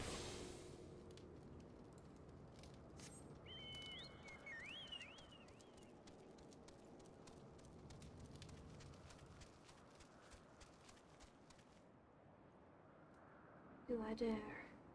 I do. Whew.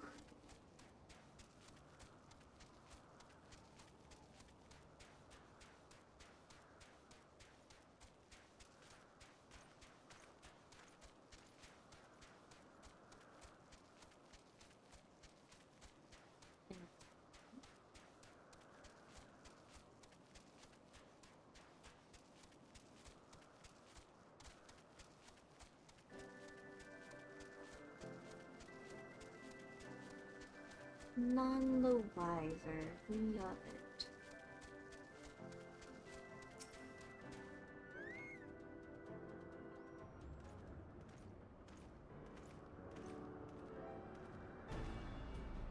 Mr. Shikami, welcome.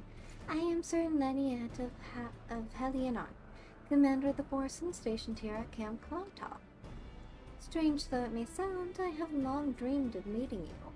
I am in your debt, you see, and shall ever remain so. Were it not for you, my younger brother Francel would have been executed upon the word of a false inquisitor. Alas, a knight must go where duty demands, and thus have I been unable to seek you out. But by the grace of Helone, I have been granted an opportunity to thank my brother's savior in person, and to call upon her generous aid besides. Truly, I know not what I have done to deserve this double blessing. Ahem. 'Tis a pleasure to meet you again, my lady Leniette. You cut an elegant figure as always, a steel-clad rose, equally at home on the battlefield or in a ballroom.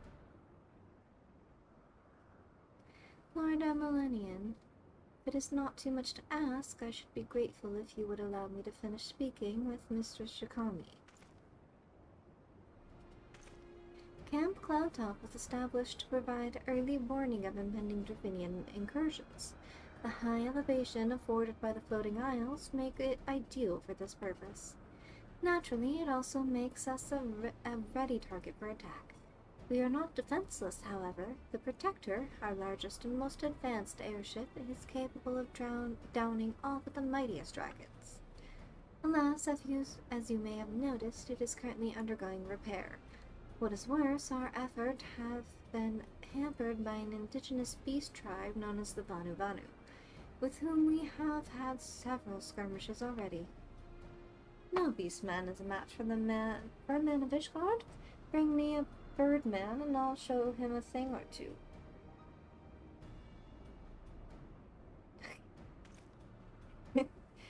I fear much more may be asked of you in the days to come, Mistress Shikami.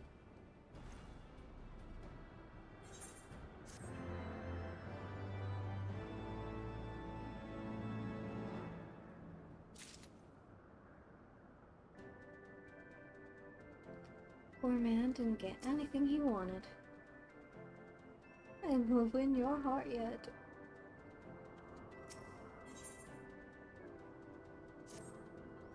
While I understand Count Edmund's intentions, I would rather not waste valuable time ensuring that the young lord doesn't get trampled underfoot. It is entirely possible that he may learn something from this experience, but if left to his own devices, I think it far more likely that he'll make a mess of things. Tell him that I would like him to keep watch for preventing outflyers.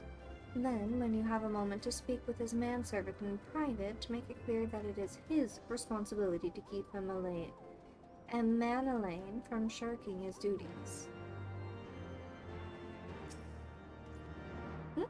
A request from Lynn yet? Why didn't she think to ask me in person? Surely she must see me standing here but a few yalms away. Oh, never mind. What is it?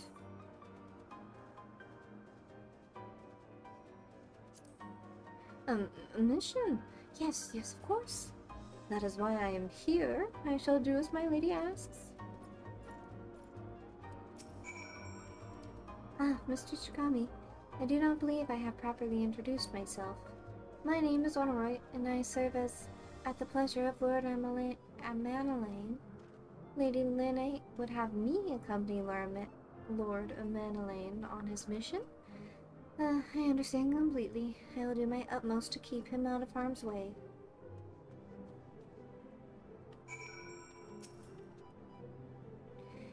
Were he of another house, mayhap I would not feel obligated to go to such lengths to preserve his safety and dignity. In any case, I appreciate you speaking to him for me. It would seem he actually listens to you, at least more so than others. Or mayhap you are more skilled at this than most. I suspect you should have had a humor. I suspect you have had to humor your fair share of difficult men before. Goodness. Yeah, maybe. Who knows?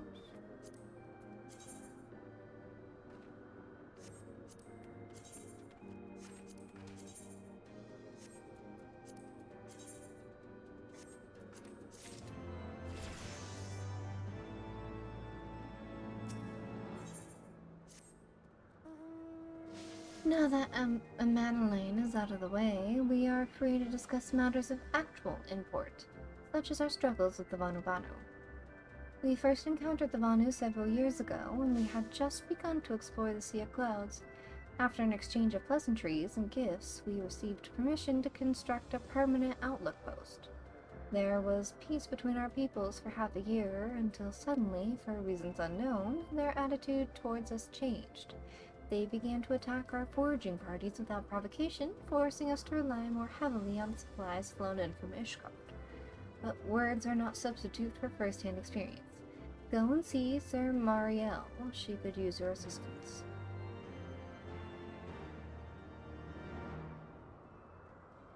Okay. It's gonna be a bit of a shorter stream for today, just because I did come back from traveling earlier this morning and I'm still kind of tired, but I wanted to get something out there for you guys to hopefully enjoy. If you did, please leave a like and subscribe if you haven't already. I really do appreciate it. Comment things that you enjoy or things that you'd like to see me do if you can at all. I'd love to see what your opinions are. But otherwise, I will see you guys probably next Sunday, well, this coming Sunday, for the next stream. I'll probably work a little bit on some class quest stuff in the meantime. Get the rest of these to 30, and then these to 30, so that we can do the job class quest when I come back. This one too. But yeah, I will see you guys the next time, and I hope you all enjoy the rest of your day.